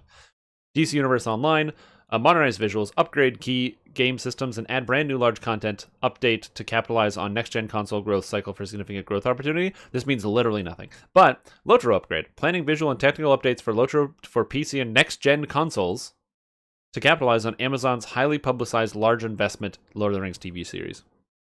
So the idea is they're like, hey, let's make sure that they have a release that is right around the same time as the TV show, so when people come to play it, they want the visuals and technical issues in the early game to be gone, so people will start playing it and want to play. Why you shake hands with any of them? That's funny.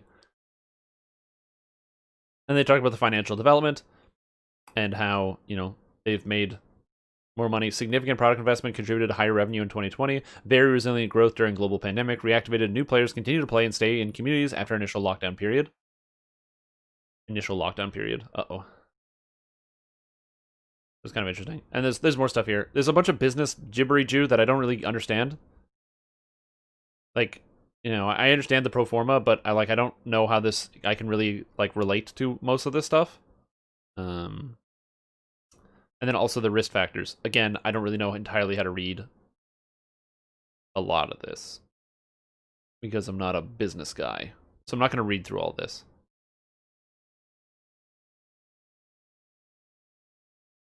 But yeah. So my goal is to leave it up to the other people that are smarter than me. But basically, I am just shook by how much more money these games make than I thought they did.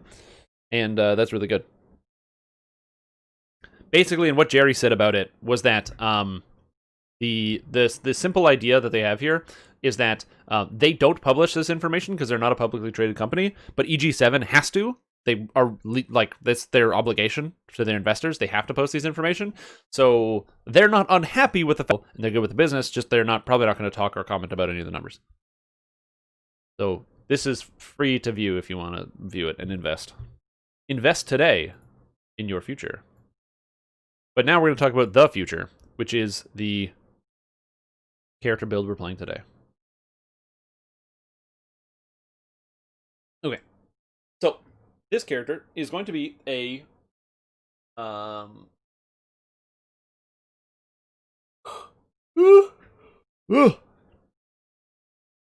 think we'll ever get a Dwarven Iconic in DDO? I don't know. Probably. Duergar. Let's go. Horrible desync issues. First time to play, you shoot someone 50 times, they don't die. Oh, is it current? Do they currently have those desync issues? Because I remember when Mag died. If you guys remember Mag is pretty much the best PlayStation 3 game ever made. When Mag died, me and my friends went to PlanetSide 2 for a little bit. It's not the same, but it's close. But it's not the same.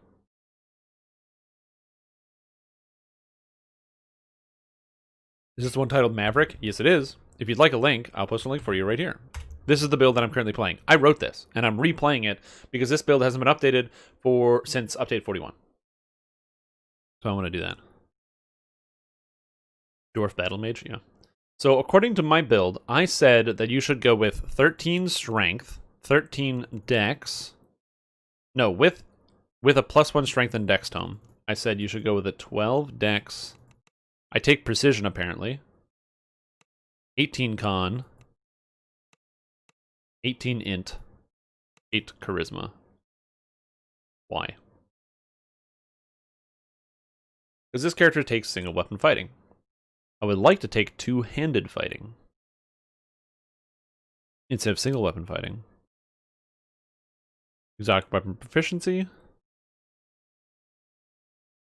Adamantine plating. I'm rocking the bedhead. Thank you. I don't want this much hair on my head.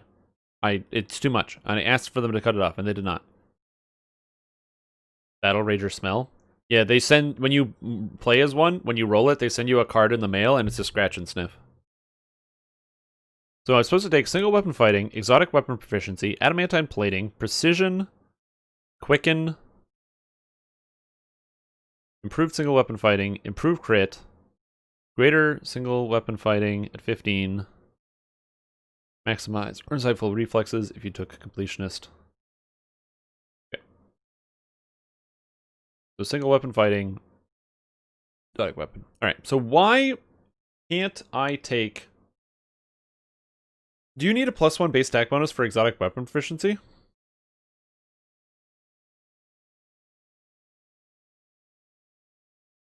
No, two-handed fighting. I'm saying the wrong thing. That's my mistake. Yes, base attack bonus of 1 or higher, so you can't take it at level 1. So the only feat you could take at level 1, if I want to do the two-handed fighting version, which is how we're going to do it, not single weapon fighting. So I need two-handed fighting. So we're going to drop the single weapon fighting feats and go two-handed fighting. I'm taking precision at a later date, so I don't need as much dexterity. And I drop 2 points of charisma. And this lets me take two-handed fighting at level 1. This also lets me take quicken or precision in the future. And it means I don't have to throw out any of my other feat organizations. This seems fine. As far as the skills go, this is pretty straightforward. UMD, spellcraft, search, open lock, disable device, spot, repair. I don't need balance anymore, so let's go with haggle so I can make more monies. Sounds good to me. Okay. So now I want two-handed fighting at level 1, because I can't take the proficiencies, unfortunately. Yeah, I can't take the proficiency. I could, in theory, take Adamantine Body, but we're taking Adamantine Body at 4. Because we get it for free as a free feat. Two-handed fighting. Now you might ask yourself, why two-handed fighting when this character is going to be using a single weapon? And that's because Bastard Swords and Dwarven War Axes benefit from two-handed fighting if you have only one of them. So since I have only one, I'm going to be using a sword in one hand and a rune arm in the other. I can do that as well. Which is good. I don't know if there are any rare scrolls, but just in case, I'm going to take all the ones I need. I don't need Master's Touch. I could use Master's Touch. Because I'm probably not going to be using a rune arm at level 1 and repair. These all sound fine. Cool. And then, according to this, I have my design. First, your palette color has to be blue. Your eye color must be green. Base color 1, cranium 3. Facial detail 20. Eyes 3. Nose 6. And mouth 8. Alright, dope. Character's not going to be lawful good. Neutral. Alright, seems good. As far as alignment goes, we're going neutral. That seems the best. If I wanted to be in character, I would go neutral good.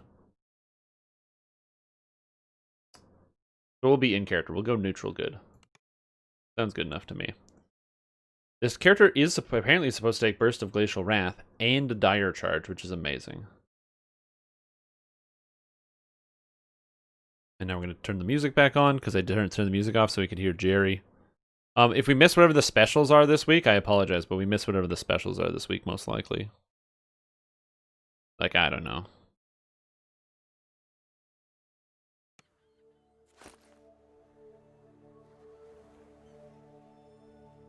You find yourself waking on a shore of Flotsam. Memories of a large white dragon striking. So this character is going to be quite interesting. I have some level 1 weapons, but I don't really want to be level 1. I want to get to level 3 so I can actually use my Bastard Swords, because I have a legion of them. And that is going to be the goal here. Stepping out of the grotto, you find yourself in Korthos village. So we're going to do the standard reincarnation Jibbery-Joo, where it takes you like 30 hours to actually get ready to play your character. Judging from how it looks now, You know, classic Sahuagin leveling are up winning. shenanigans. However, some hopeful souls still hold out out of the for way. help to arrive. Yeah, Melee Artie's going to be here. But yeah, two-handed fighting. Strike through works if you have a rune arm in your hand. That's going to be the idea here. Now, the sad thing is, I haven't had the opportunity to play around with the Renegade Mastermaker version of this character, So we're going to see exactly how good or bad this character can be. I'm probably going to build it differently than this build here. I'm going to probably put up 2 builds. Running Fury? No, I'll be one-handed, so Fury seems bad. So this character is likely going to run probably either in Legendary Dreadnought or in Fatesinger. And we'll see. Probably Fatesinger. But Dreadnought's also pretty good, because we will have a lot of action boosts. And I will be using Tactics DCs, because this character is very Sunder-based. So it should be pretty good. So I'm looking forward to it. We're going to be building out this character throughout the rest of the day. I also got to put the thing at the top so you guys know what it is. So if you're not like, oh my god, what character build is this? What type of items are you using? Where are you going? What is the Maverick? Sure.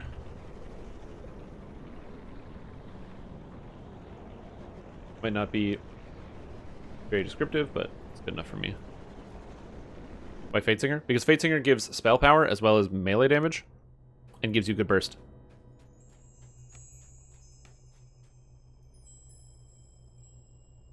Okay.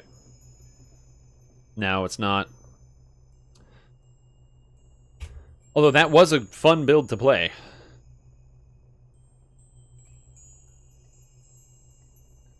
Warlock Hardcore 3. Any tips on what I should look for items and sets? Yeah, Charisma, Constitution.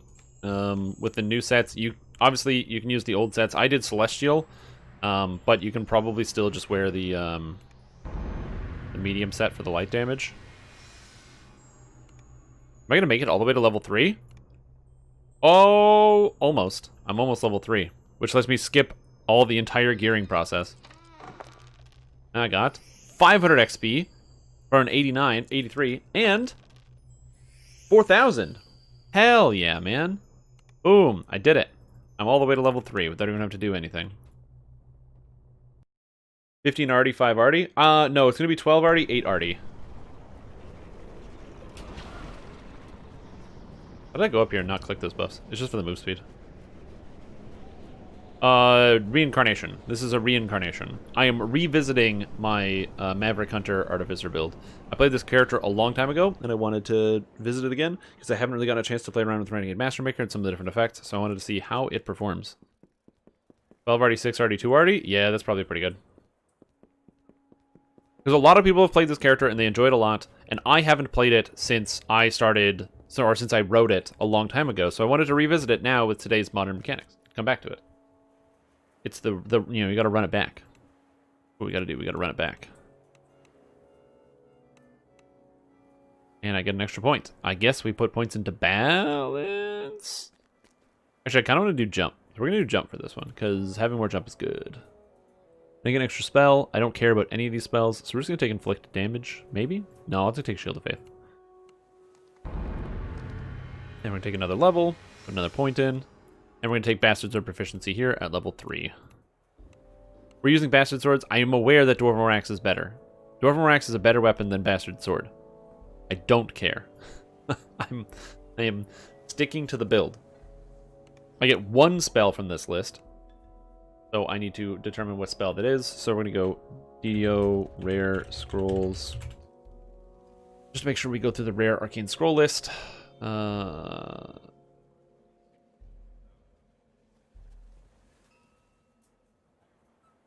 So it's Curative Admixture, Cure Moderate. The rest of them can be fully learned. So we're just going to take this one, because I will be going and learning all of the scrolls preemptively, so I can only take the rare scrolls.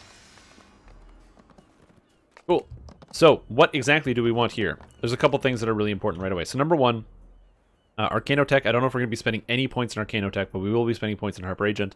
This character does use Know the Angles. This character does use everything in Battle Engineer, and this character is probably going to go 20-something points deep to get Embed Component, because it's plus 15 magic resistance rating and 6 Constitution, which is really, really defensive.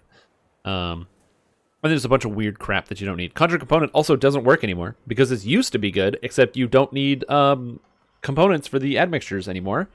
So... This is useless, which is kind of neat. Okay, so what do we want to take first? You want to get the stable charged here. You want to get the infused weapons. You also want to make sure you have thaumaturgical components, so your rune arms charge faster, which is essential for this type of character. You want the damage here. We are using hand and a half weapon, and it gives additional strike through chance, so we have more strike through with our attacks, which is good. Then we want infused weapons, and Caustic Strike is also really good. Is very helpful for this type of character. And that's it. We'll be spending some more points later, but Caustic Strike is a lot of damage. I don't think I'm going to be spending 3 points in each of these ones, because the additional points that you spend only increases the base W of the attack and not the extra damage. So we'll probably just doing 1 point, 1 point, 1 point. And then also, is it Rack Construct? Yes, Rack Construct is an attack that will also likely be taking because it deals additional damage to constructs, which is pretty nice for this type of character. So now I've got some basic attacks. We'll be putting 1 point into Harper, and then we'll also be grabbing some points from Warforged. Because this character is going to be healing myself, I will be using my repair systems, and you don't need to have any inscribed armor. That is totally useless for this type of character. Grab Tough and Construct, grab additional Strike Through, grab Tough and Construct, and start with an extra 15 melee power at level 1 Never because it's the thought best. of doing a melee arty, 2 lives from completionist. We'll try it after that. Nice. That's awesome, man. Thanks for the bits. I appreciate the support, and I am excited to be able to share my experiences with you guys.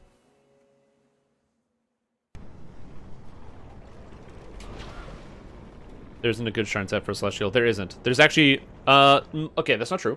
There is. It's called the Arcsteel Battle Mage. It sucks. If you want to play as one, you have to use the new armor sets, or the new raid sets. Those are pretty much the only ways you're going to get around that. Was this build? You were getting into the bath? So let me get my auto clicker here. And set up the auto clicker so we can get everything out of here. It's going to be a double click. So, this character build, let me give you the details on what's going on here. The idea behind this character build is that we are, in fact, making a Melee Artificer that is going to be a redesign of the Melee Artificer I wrote in 2016, the Maverick Hunter build. I'm retooling that character build in modern ideas. So we're going to be switching to Strike Through on this character. I am aware that Bastard Swords are not the best weapon, and you can use Dwarven Axes to do the exact same thing. But it is important to note that this character is for aesthetic purposes, and as a result, because it's meant to fit a character design, it will have a Bastard Sword as its main hand weapon. I'm aware it's less efficient and worse. Thank you for your patience. So that's going to be the idea behind the character. Bastard Sword wielding, rune arm using character that's going to be swapping out rune arms all the time to deal different damage to monsters, and it's going to be pretty cool. Exactly. Yes, Tim Doors, I did watch the lunchtime live stream. New raid sets don't help at heroic levels. That's true, but at heroics, you can figure it out. Like, you don't really struggle with Warlock on heroics anyway. Just get the Thrumming Spark Cord and use the Sharn set that has the light damage and call it a day. Yeah, but I want to do that. Was there any news? You probably missed the news that this company called EG7 bought Daybreak Publishing, and then as a result of the purchase of Daybreak, they also did a investor presentation that talked about the presentation, and they went through, and so you can find it. It's in the Discord, and it has all of the numbers for all of the money that these companies made, including Sandstone Games and the two products, Lord of the Rings Online and Dungeons & Dragons Online. So if you want to see that, it's in the Discord. You can read the whole presentation for yourself. We briefly talked about it. I'm not really going to summarize it. Just that they made a shitload of money, and all the people are like, but the games are going to die, they're going to go away. They're some of the best performing games under the portfolio of Daybreak. They're not going to go away.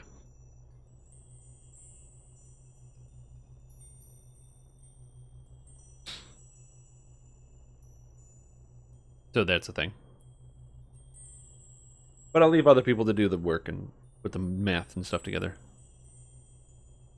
Because I'm not good at reading the businessy gibbery Jew of, well, you investors and these are the risks and the plans and blah blah blah for the future. Like, I don't know. I'm not an investing guy. I don't even have a good haircut. I can't stand up there on presentation stage, like I'm like Bill Jobs or something and be like, "Hey, guys, buy Microsoft." Like, I can't do that, you know what I'm saying? I don't get it. Why don't I like Arcsteel Battle Mage set? When did I say I didn't like Arcsteel Battle Mage? I do like it. It's a good set. I'm literally playing as an Artificer who's going to literally be using the Arcsteel Battle Mage set.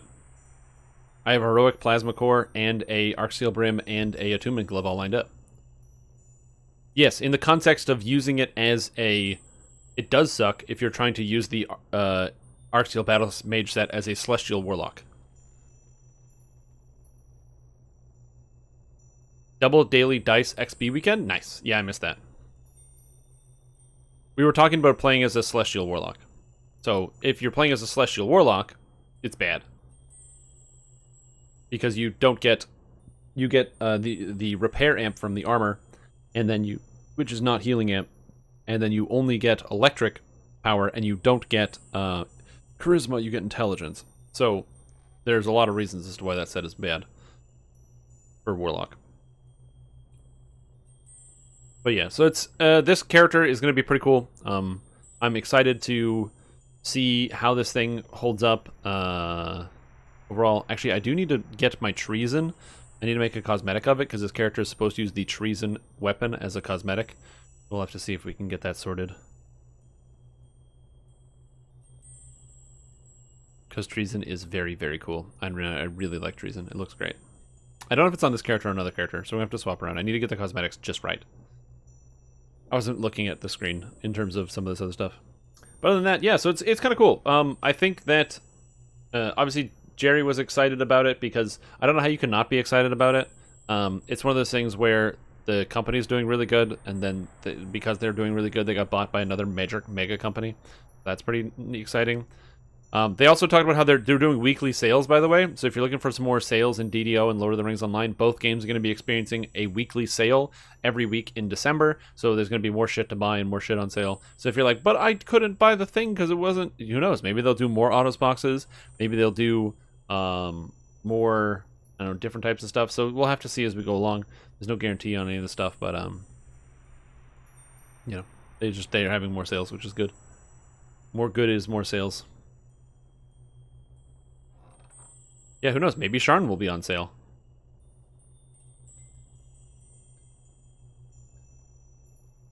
Hope it doesn't get too pay to win. What are you talking about? The game isn't changing. I don't understand what you mean. Monro full copter say retrouve soimem, choisis es vous de vous mem si vous mem et Louis mem, vous mem, à vous mem, à vous mem, à vous mem, à vous mem soimem soimem soimem soimem soimem soimem soimem soimem soimem soy soy. Nice. Good work. What do you mean by pay to win? I'm confused.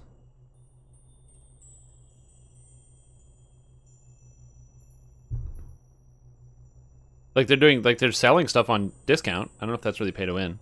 Besides, you can pay to win. You guys know that, right?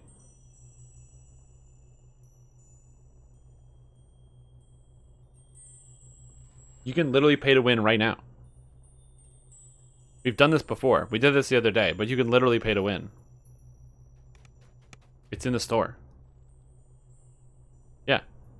It's really cheap too. Anyone can win. Look. If I go win, look, you can literally press this button to win DDO. And you can win DDO for only 25 points. So, if you ever wanted to win, you feel like you're losing, just win. Just buy this button, and then you win automatically. It's pretty sick. Not a lot of games have that. A lot of games have this wishy-washy pay-to-win system, where you have to, like, buy items or whatever, and you still have to, like, play the game. But DDO is like, nah, don't play the game to win. Just pay and then win. It's a way better way to do it.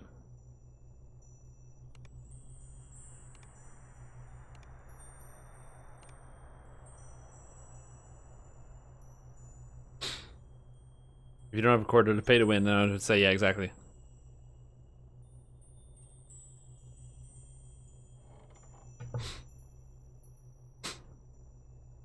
Yeah, exactly. I find pay to win is very, very interesting. I will always be against the concept of paying to get completion of content. Like, for example, if you could pay to, like, buy either anything that is better than what you can get in-game, or recompletion of something. I'm the Scatman ski by dibby dibyo da dub dub yo da dub dub ski by dibby dibyo da dub dub yo da dub dub. This is not distracting. Thank you for the bits. Oh man, I do love that video. I don't need this Deathwalker sash because I can get a new one if ever I need one. But yeah, so when I think about it, I think about in terms of like what is pay to win. So pay to win is there's an item in the store and you can't get this item in game and it has higher stats than the items in game. That is pay to win, and that is a problem. But items existing, like for example, like if you could buy the raid gear, that would make me sad, because then you don't experience the content, which is like literally the whole point of playing the game, and 2, you are depriving, so it's like you're depriving yourself of the cool thing, which is like just kind of dumb and misguided, and 2, it just kind of feels bad. Like I wouldn't want them to do that. So if that became an option in the game where they were like, yeah, we're just gonna make it so you can literally pay and you can have like whatever content, I'd be upset with that. If it's like, oh yeah, you can just buy the raid gear. What's this? Oh, a colossal augment and a huge augment bag. All right, I guess I have 2 augment bags. Collectible bag, sure. Initiates docent, okay. Bye BB chicken strimmy. Thank you for the bits. I don't know what the chicken strimmy is, but yeah. Shows the good health of the company. Explains why player audit is allowed to reveal all that data. I don't know. I don't know if they can stop the player audit people from revealing all that data, other than like an actual cease and desist. If they can get access to the data, they can't really be told not to do the data, right?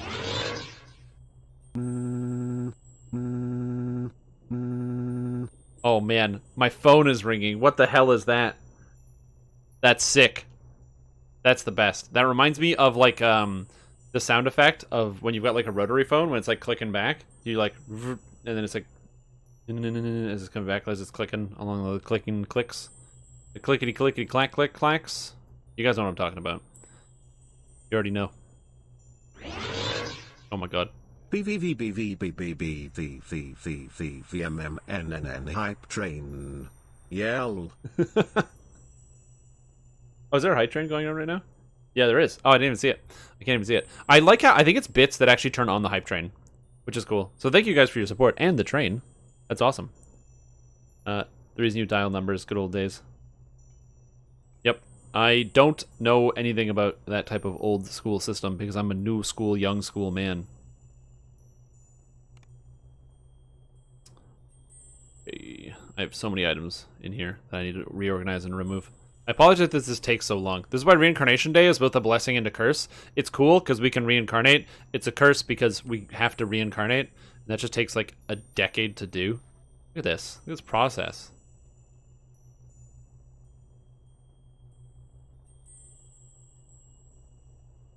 Ugh.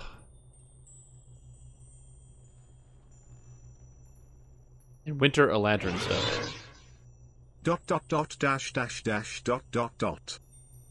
See me see you. Thank you so much for the bits. That's hilarious.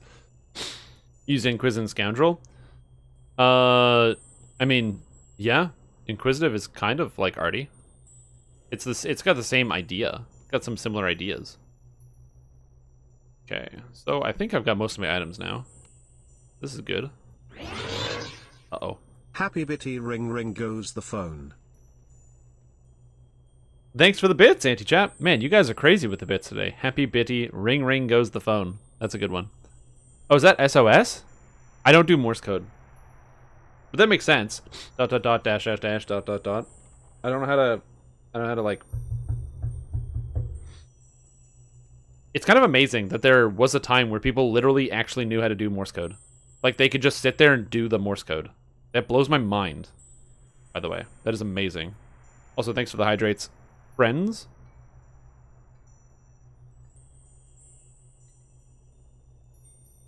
I'm gonna need to get more water after this.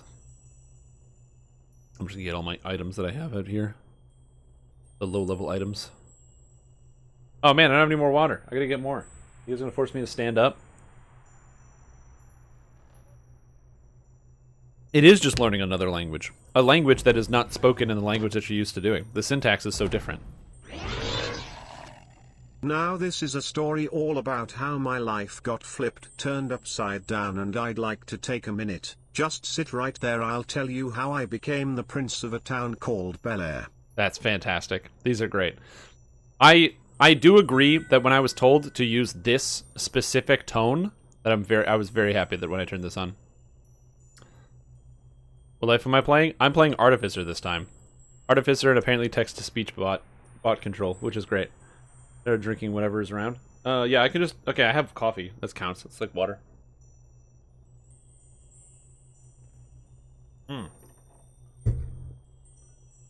Ugh. Okay. There's water with Nog, too. Hey guys, my monitor isn't working. I have to print out chat in order to read it. The paper and ink are really expensive, so please don't spam. Don't spam, Thank guys. you. Don't do it. Don't spam. That would be really rude. I literally have nothing to drink. I'm out of liquids. I have to get up and walk away to get more liquids. This is the worst. I'm glad you're having fun. Smiley face. Oh, that guy. I'm glad he's having fun. What's with that puzzle in Icemount Curse? There's a puzzle in the Icemount Curse? What puzzle? I don't think there's any puzzle. Is there puzzles? I straight up don't even remember. Okay, I have to get some more water. Also, apparently the hype train is done. You missed with the hype train got missed. You get the oak sap. Oh, it's just a tile puzzle. There we go. Are we all supposed to drink? Oh, yeah, I forgot about that one. What do you mean, what's with the puzzle? It's just a tile puzzle. What is with it? I didn't notice anything different. I'm gonna grab a water. I'll be right back. Actually, I'm gonna get a whole water. Get a whole bunch of water. I'll be right back with the water. It killed you? Oh, well, yeah, because you have to make... There's these little faces, and if the puzzle goes into those faces, it charges up like a trap, basically. So you have to... Whenever you have tile puzzles, work from the end, and then go backwards, so that way you can make sure that the puzzle doesn't connect to anything that's dangerous and can kill you. That's the trick. Trick to those puzzles.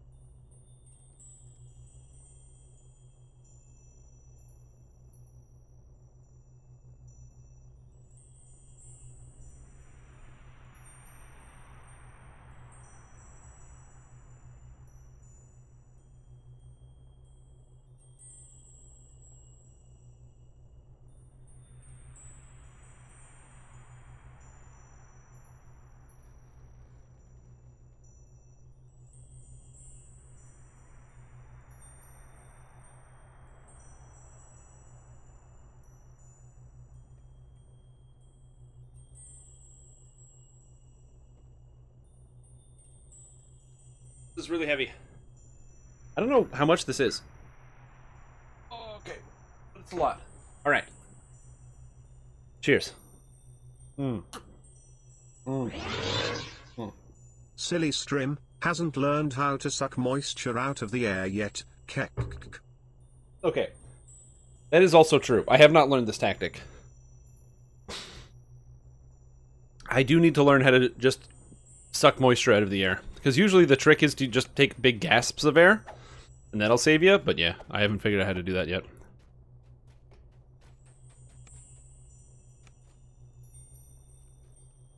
Oh, nice. Look at that. Bits badge. Thanks for the bits, man. I appreciate it. Also, everyone who's donated bits, I really appreciate all the support and the fun times that everyone is having. The messages are oftentimes very, very funny, just because if you put anything through an automated voice, it sounds fantastic. Step 1, become a succulent. Do they absorb moisture through the air? Is that how that works? I didn't know that. Is that true, or are you making that up? I feel like you're making that up. Like I'm being tricked and bamboozled, because I'm not a smart guy.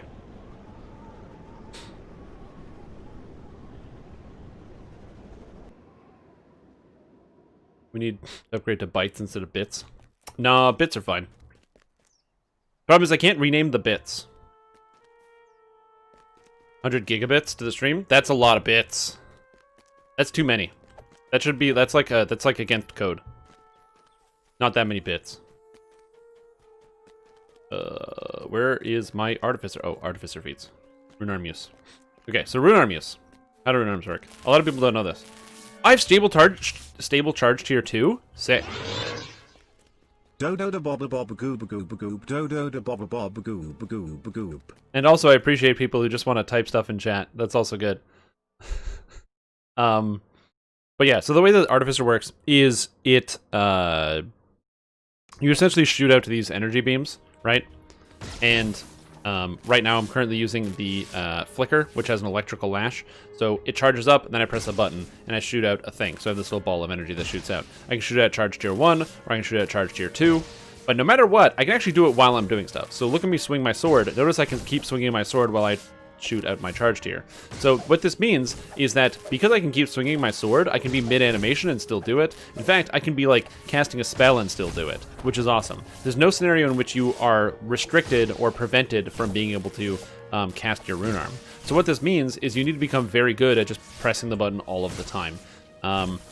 Because this is literally free damage that costs absolutely nothing. And the damage can be reasonably substantial, especially as you get some of the higher level rune arms as we continue to level up. Okay, so I'm going to start with the level 1 spells that I already have, and then skip those and then keep going. So Potion of Bull Strength, no. Actually, yes. I'm just going to buy 1,000 of all of the Artificer spell components, so I have them all. This is a good idea. Because I don't know if I need them all, but I don't have to buy them later. I'm just going to buy them all now.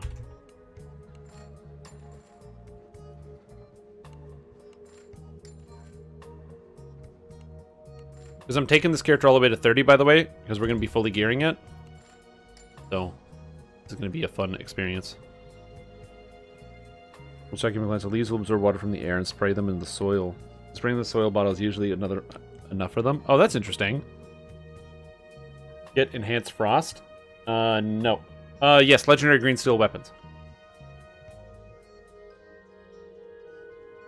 Play my characters. Well, you can just watch me absolutely dumpster, there's like videos of me dumpstering Celasta.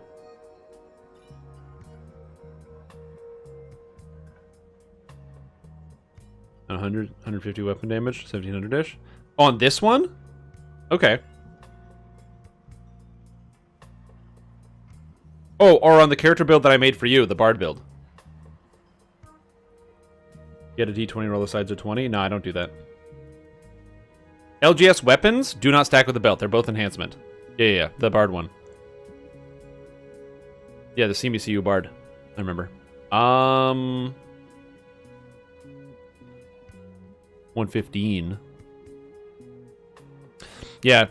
I don't know what's best for it either. I do plan on playing that build soon. I had to build a full gear set, but as I've mentioned before, it takes like literally actually hours to build out full gear sets, which is one of the reasons why I don't do it too often. Not that I don't want to, it's just that it straight up takes like a friggin' decade. I have Conjure Bolts, I have a Blade of Armor. I don't have Grease, I have Inflict. I don't have Inflict. Inflict. Insightful Damage. Did I take Insightful Strikes? No. Fighting Motes. Lightning Sphere, Lucky Cape, Inflict Mass. Mass Shield of Faith. Owl's Wisdom, Protection from Energy. Reinforce. I have Repair. I have resist. I have shield of faith. I have static shock. I don't have static shock. Stone skin, toughen construct. Cool. There's my scrolls I gotta learn. And I believe I can also get reconstruct as well. Does this guy have the... No, it doesn't look like he does. Yeah, I have to go to the other place anyway.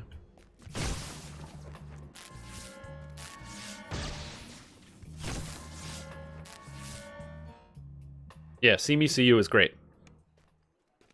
I said Kimeku 1 billion times, and then finally I got corrected, and I felt like an idiot over like 2 years of literally saying the wrong thing. So that's cool. Do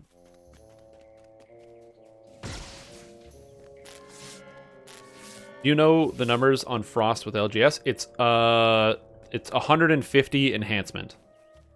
LGS is 150. The belts are 202 for legendary. So it's better to do that.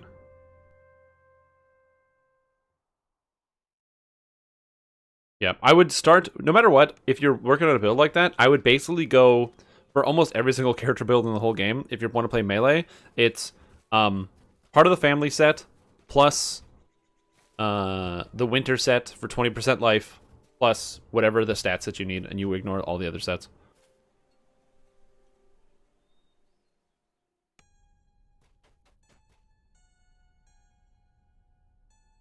Okay, and then I also need to grab reconstruct. I don't know if I get the repair moderate spells, the repair mass list. I don't need them anyway, but it's just a thing I'm thinking about. Okay. That's all of this. And now I need to get the components. We should be good to go. I should ride a horse. I can ride a horse while rune arming, right?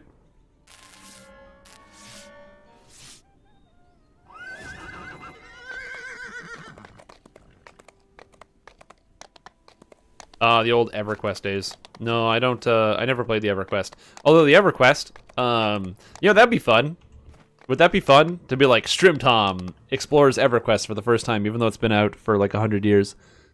Would you guys ever want to watch that?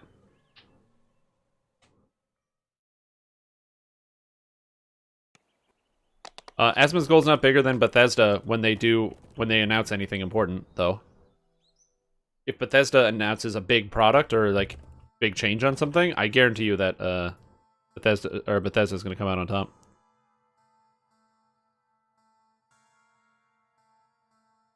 Okay, so I need like 20 of these and like 20 of these and like probably like 10 of these.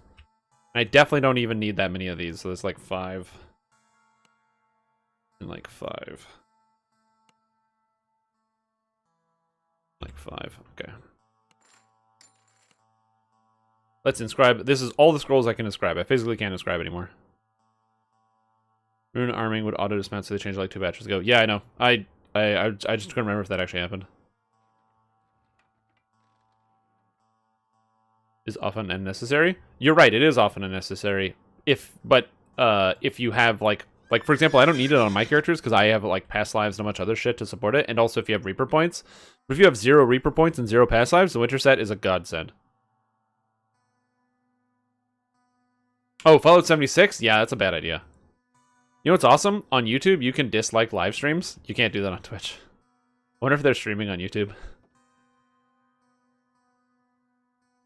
There was part of me that's like, there's like, oh, I will...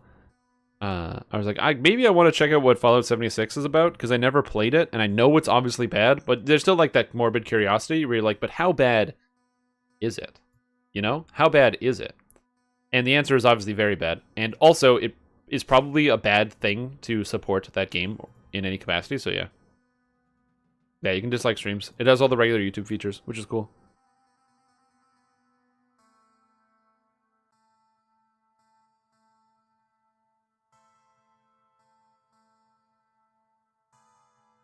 But how bad is it? You see, in the I don't have the transitions where like he just pops in from the side of the screen.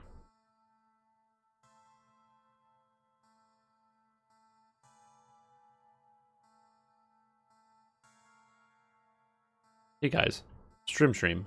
Shrimp Tom here. And I could make like a Vsauce video.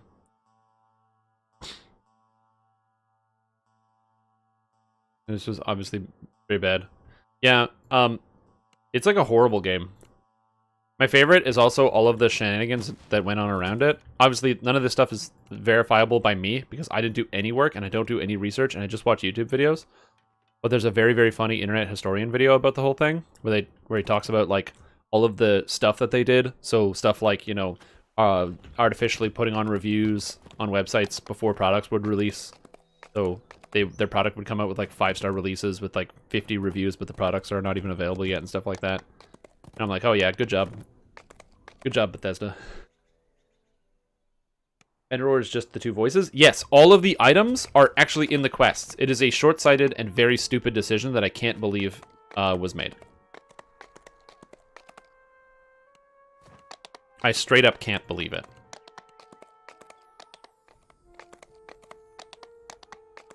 Okay, so the Ring of Changes, which is +2 intelligence, and spell resistance 5, and Mythic Reaper. I have the Master Artifice Ring, which gives me Wizardry, Reconstruction, Repair lore. I don't have anything that gives me electric spell power, but I have Insightful Potency. Or am I just super unlucky? No, it literally is not there. It's in each individual quest. Which means if there's one item you want to get, you have to run the whole chain again to farm it out. It's the worst way to do it. I don't even understand. Epic Voice is very convenient on Hardcore League because it means you don't have to run Epic Delirious to get your voice. But yes, I don't understand it. It's very, very bad. It was a very, very, very dumb decision. Cosmetics. I need cosmetics. And I gotta find my treason. I don't know where it is. I know I have one, but I don't know where.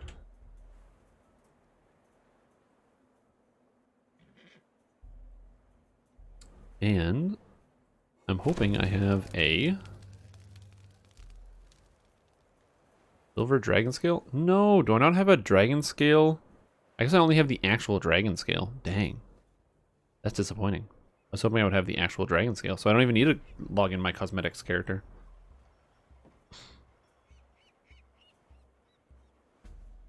Celestia. Oh, White Dragon Plate. I wanted White Dragon Docent. Rats. I need to make another character to hold all my cosmetics? Shoot.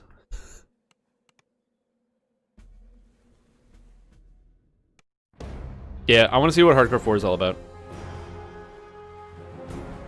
Yeah, you can repeat it.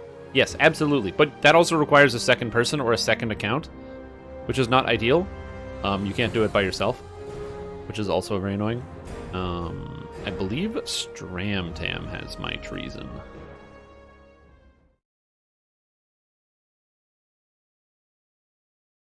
I know I have one somewhere. I'm just gonna double check. I think, and it's either this character or it's Strimtom. I don't think it's gonna be actually in my inventory though. E for treason? No. Let me go. Let me go. I need my cosmetics, and then I can go. I need the cosmetics. Convicted of high treason against the people of Stormreach because you didn't pay your taxes to the Coin Lords. You got to pay your taxes, man. Gotta pay your taxes. No treason here. I can see that instantly. Wait for it.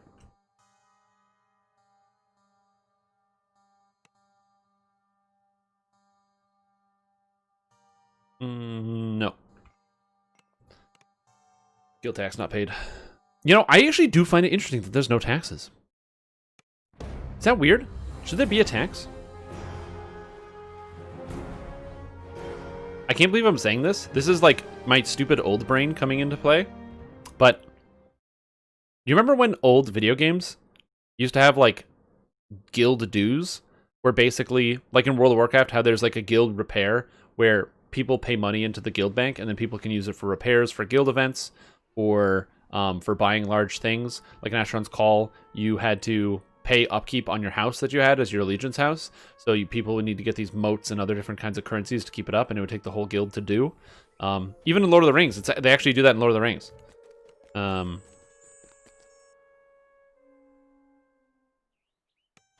Yeah.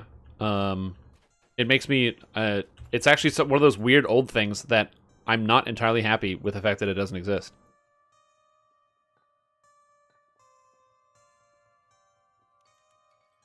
Where's treason? There it is. There's the treason. Okay, now I need a mirror. Mirror. Yes.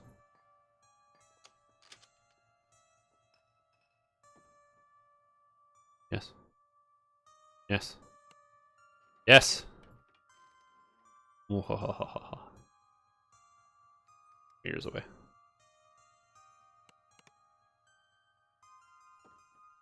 Rebuy your ship stuff. Yeah, but that didn't cost any actual money. That was mostly it cost time. And I've been logging in and out, so I'm going to quickly restart the client, because my client's probably going to be gum up, and we're pretty much good to go now.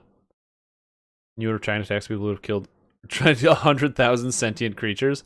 Yeah. And also fed them to their weapon. Airship fund you can contribute, which is used for buffs. Yeah, but it's exactly, once you have all the buffs, you're done. Yeah, I can't even close the client right now, so that's why I'm glad I'm restarting it. What does it mean to window it? So what it means is that when you leave a quest, so let's just say we have like a bunch of people, and there's 6 people in the quest. If somebody else leaves the quest, they can turn around and click on the door, and it'll have the, like, you know, the quest is already in progress. But the quest is over, you finished it. But you can, like, I guess re-enter or whatever. Once everybody has left, you can still have that window open. And when everybody has left, if you click enter, it opens you into a new version of that instance, even though it's already been completed on the same difficulty. So that's how people do it, that's how people farm quests quickly. Like Wizard King, what you do is you have everybody go out, you do the quest once, everyone recalls, but the first person who's out gets the window. Then once everybody's out, they just click enter, and then everyone goes back in. You don't have to, like, hand in quests and stuff like that.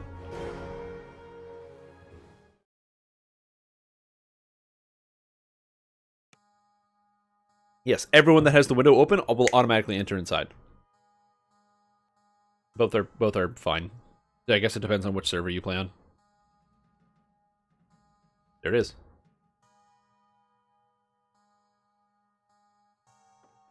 Was this a blue dragon seal docent? Perfect. I'm actually going to cosmetic this too. Because apparently I don't have a blue dragon scale docent.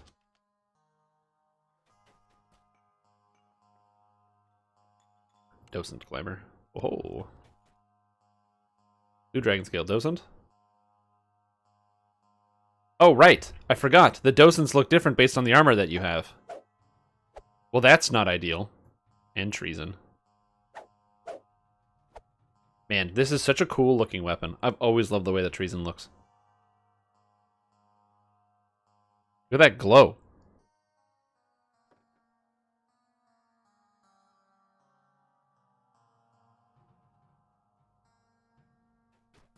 Yeah, red dooring is slightly different. Look at us with our little terminology. Cool. Alright, so it's been an hour. Time to play the game. How do you look at the front of your character? I use the number keys. The problem is they reset once you move, but the number keys let you look around. If you don't have number keys, you can rebind them. Go under camera. So, key mapping. And scroll down to camera. Yeah, camera. Left, right, up, down, and just rebind them to wherever you want.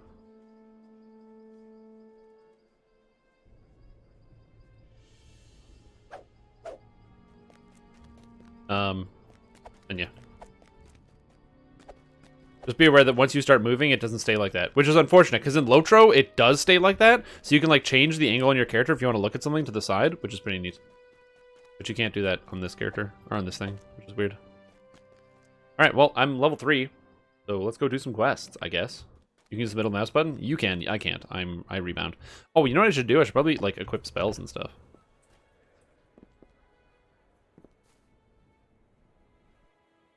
And also, I need to get one more sword. So I gotta figure that one out. So, equipping spells. What do we need? I don't need Master's Touch anymore. So let's grab Shield of Faith, because that's a good buff spell for me. The dog over here. You know what, dog? You can come join me on my adventure. Curative admixture? I think I can just take it just in case. I don't need it, but I'll take it. And resist energy. Resist energy will just come in handy. And Shield of Faith is fine.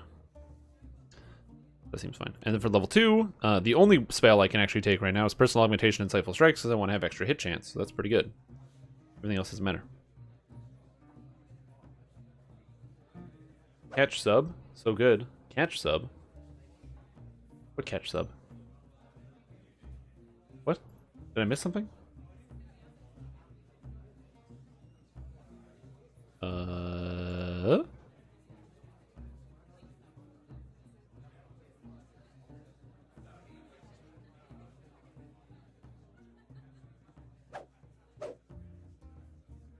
Oh, the bot message.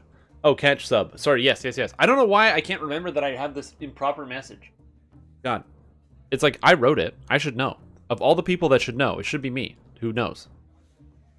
But I don't. It's also important to note that that sound effect that you hear every time you use your rune arm. You can turn that off if you don't want to hear it. Alright, and the last thing we're going to do here is I'm going to go through my feat listing because I have all my past life feats to turn on. Alright, so epic feats. Ancient power is +6 to hit, so I'm going to take that because +6 to hit is +6 to hit. I could take energy criticals or enchant weapons. Energy criticals is 9% crit chance with my spells. Enchant weapons is +3 to hit and damage. I think we're going to go with +3 to hit and damage for now. Ancient Tactics is +4 to my BCs versus Double Strike, which is +6% Double Strike. We're going to use Double Strike for now, although we'll swap into Ancient Tactics later once we actually have some Sundering effect that we will be using. And I will be using Brace as well. And then, for my iconic past lives, Blade Forge gives me repair spell power. So we're going to be not using that because we're going to be using Tiefling Scoundrel, which gives 20% movement speed. Thank you, Tiefling Scoundrel, for making the best thing. I don't think there's any other feats I need in here. Nothing else I can turn on. Now, it's important to note that this character is a Sunder-based character. So this does have Shattered Defenses, which is a intelligence-based Sunder. So it's int plus half Artificer level plus intelligence. Plus Thunder. And then up here we have this trip, Thundershock weapons, which is the same thing. Except it is 14 plus int plus half Artificer plus Thunder for a trip attack. And it also shares a cooldown with trip, which is important. Which is very, very useful to be able to knock people down. We're also going to be using Mighty Slam, which is another stun that scales off of your Sunder. So this is going to be very cool. This character is going to be using both. We're going to be spending a little bit of points here to grab Mighty Slam sooner rather than later, and probably also Kinetic Discharge, which allows us to hit monsters in front of us. It's like a frontal AoE. I don't know how useful that is, but we're going to give it a shot. It's also important to note that Armor Mastery here is pretty good because it gives you extra max dexterity bonus on your plate, which is pretty cool. There's also Battle Fist, which is really cool sounding, but I've never been able to get it to work, so we'll see if we can get Battle Fist to work. Not because it doesn't function, but the way it works is you have to Mighty Slam somebody, and then you can Battle Fist them. And I don't know if we're going to be able to get that to work. But I'd like to. And then Shielding Construct is just nice. And like 50% armor class is also just good. So there's a lot of really powerful abilities in here. This character is going to be pretty tanky. I don't know exactly how I'm going to be spending my points, though. So we'll see. We'll probably be spending 8 points for Know the Angles. And then probably nothing else. Shadow Blades, do they all benefit from critical piercing as they're all short swords, but none do piercing? Yes, that is correct. The improved critical that you should take is based on the weapon type and nothing else. Alright, so let's go see how we can melee some guys. It's important to note that I have strike through on this character. This character currently has melee. My strike through is 105%, so I should be able to hit 2 monsters every single time. Let's go find out. I will be opening up the group. I just use this as like a quick litmus test case for these types of characters.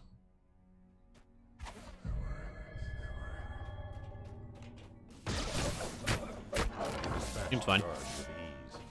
And I have this like energy blast thing, which is pretty sick. Did I hit that guy twice for like 30 damage? That's pretty sick.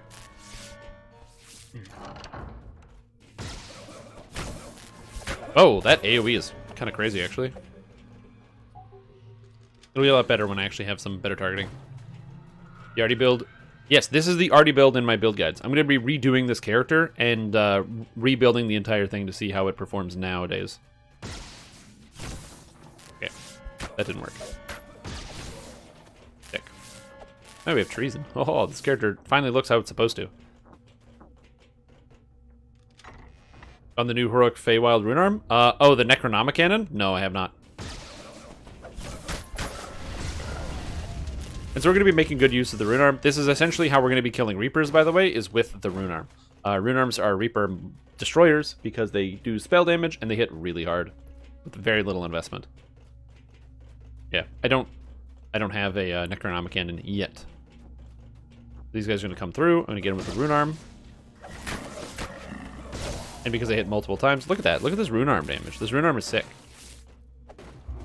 So I think this character is going to work really well. Brother Augustus. A small mirror is mounted above a large, ugly fellow approach. Is there any point to the in cleave then now? Not necessarily. Or sorry, maybe. His business will have been in the church no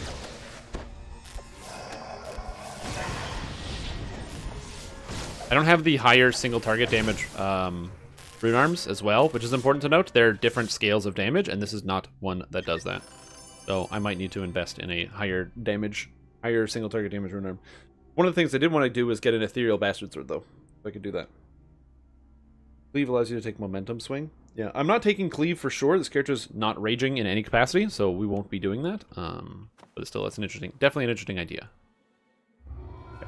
I'm going to go grab a Bastard Sword real quick, an extra weapon. And then I'm going to open up the group. If you'd like to join me for some harbor quests, you're more than welcome. It should be a super happy, fun time here.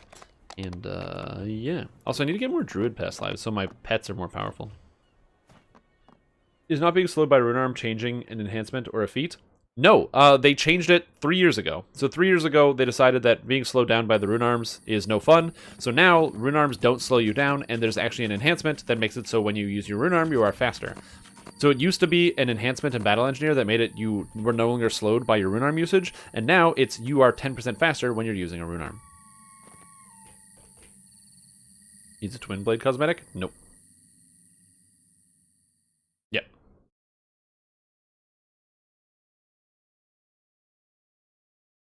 Yeah, being slowed down is no fun, so they got rid of that.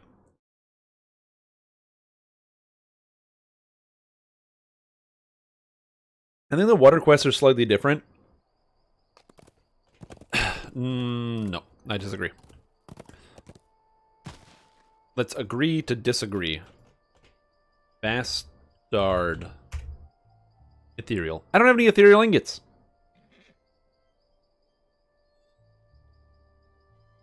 Well, you know, my sword is good enough.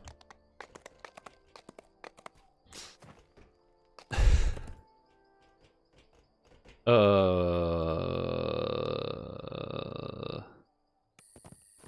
have to pull it out of my bank? Oh, really? Are you sure?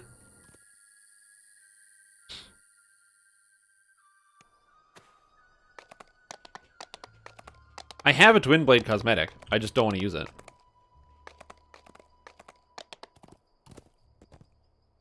Are soul gems any useful? I don't get what they're used for. Soul gems? They're used for crafting. And you need them for the adamantine recipe for weapons. No, I have no ethereal. I have epic ethereals, but I have no heroic ethereals. And I'm not going to run Keep on the Borderlands today. What do you think the new classic pack is going to be? I don't know. I don't do classic Dungeons & Dragons because I'm not even 30. So I have no idea. That's my answer to that. Classic packs are for the things that people did when they were in their, in the 80s when they were in university. And it's cool that we're getting those things because it allows me to experience them, but I never experienced any of them.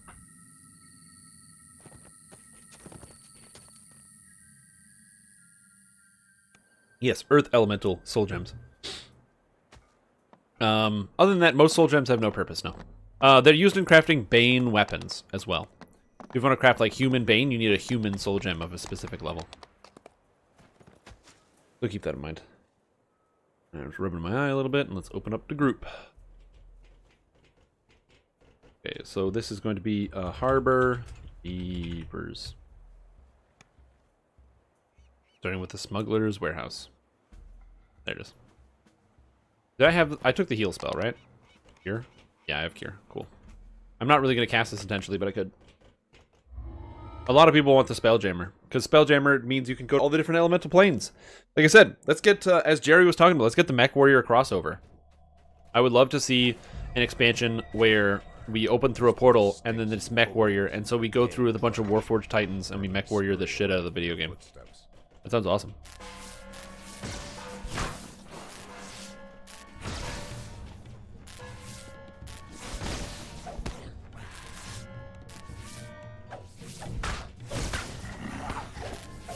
A Lotro crossover? Yes, a Lotro crossover would be amazing as well. I don't think we'll ever get that.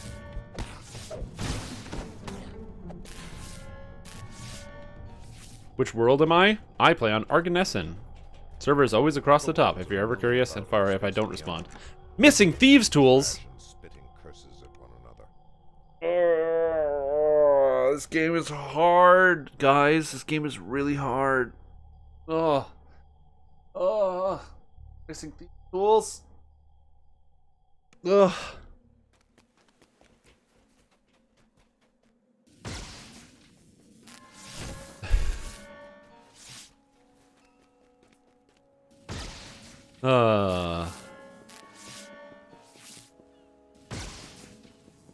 I'm glad you guys had the same idea. Because I'm ashamed.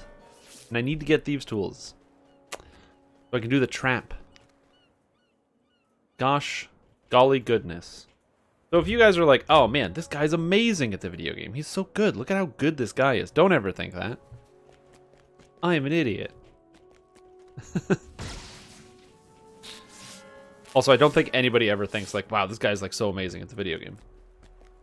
Maybe there's probably somebody out there who like watches the YouTube video and it's like, wow, look at this guy crush through Reaper, whatever. Because it turns out when you use editing, you can edit out all the times you die. But you don't know that. No. It's fine. Don't worry. There. Perfect. It's like we never even went in the quest, you know? We never even went in the quest. It's all good.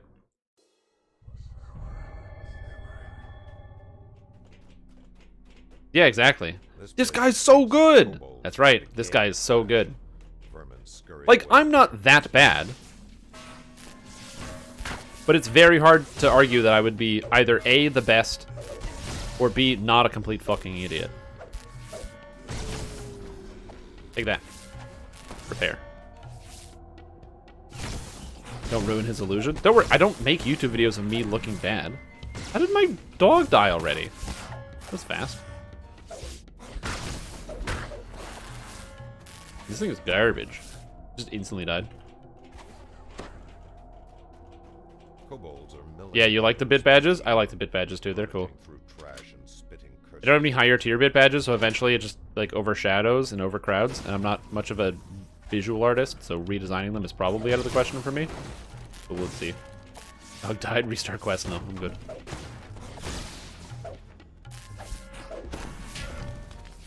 Like, I'm not making the claim that I'm bad at this video game.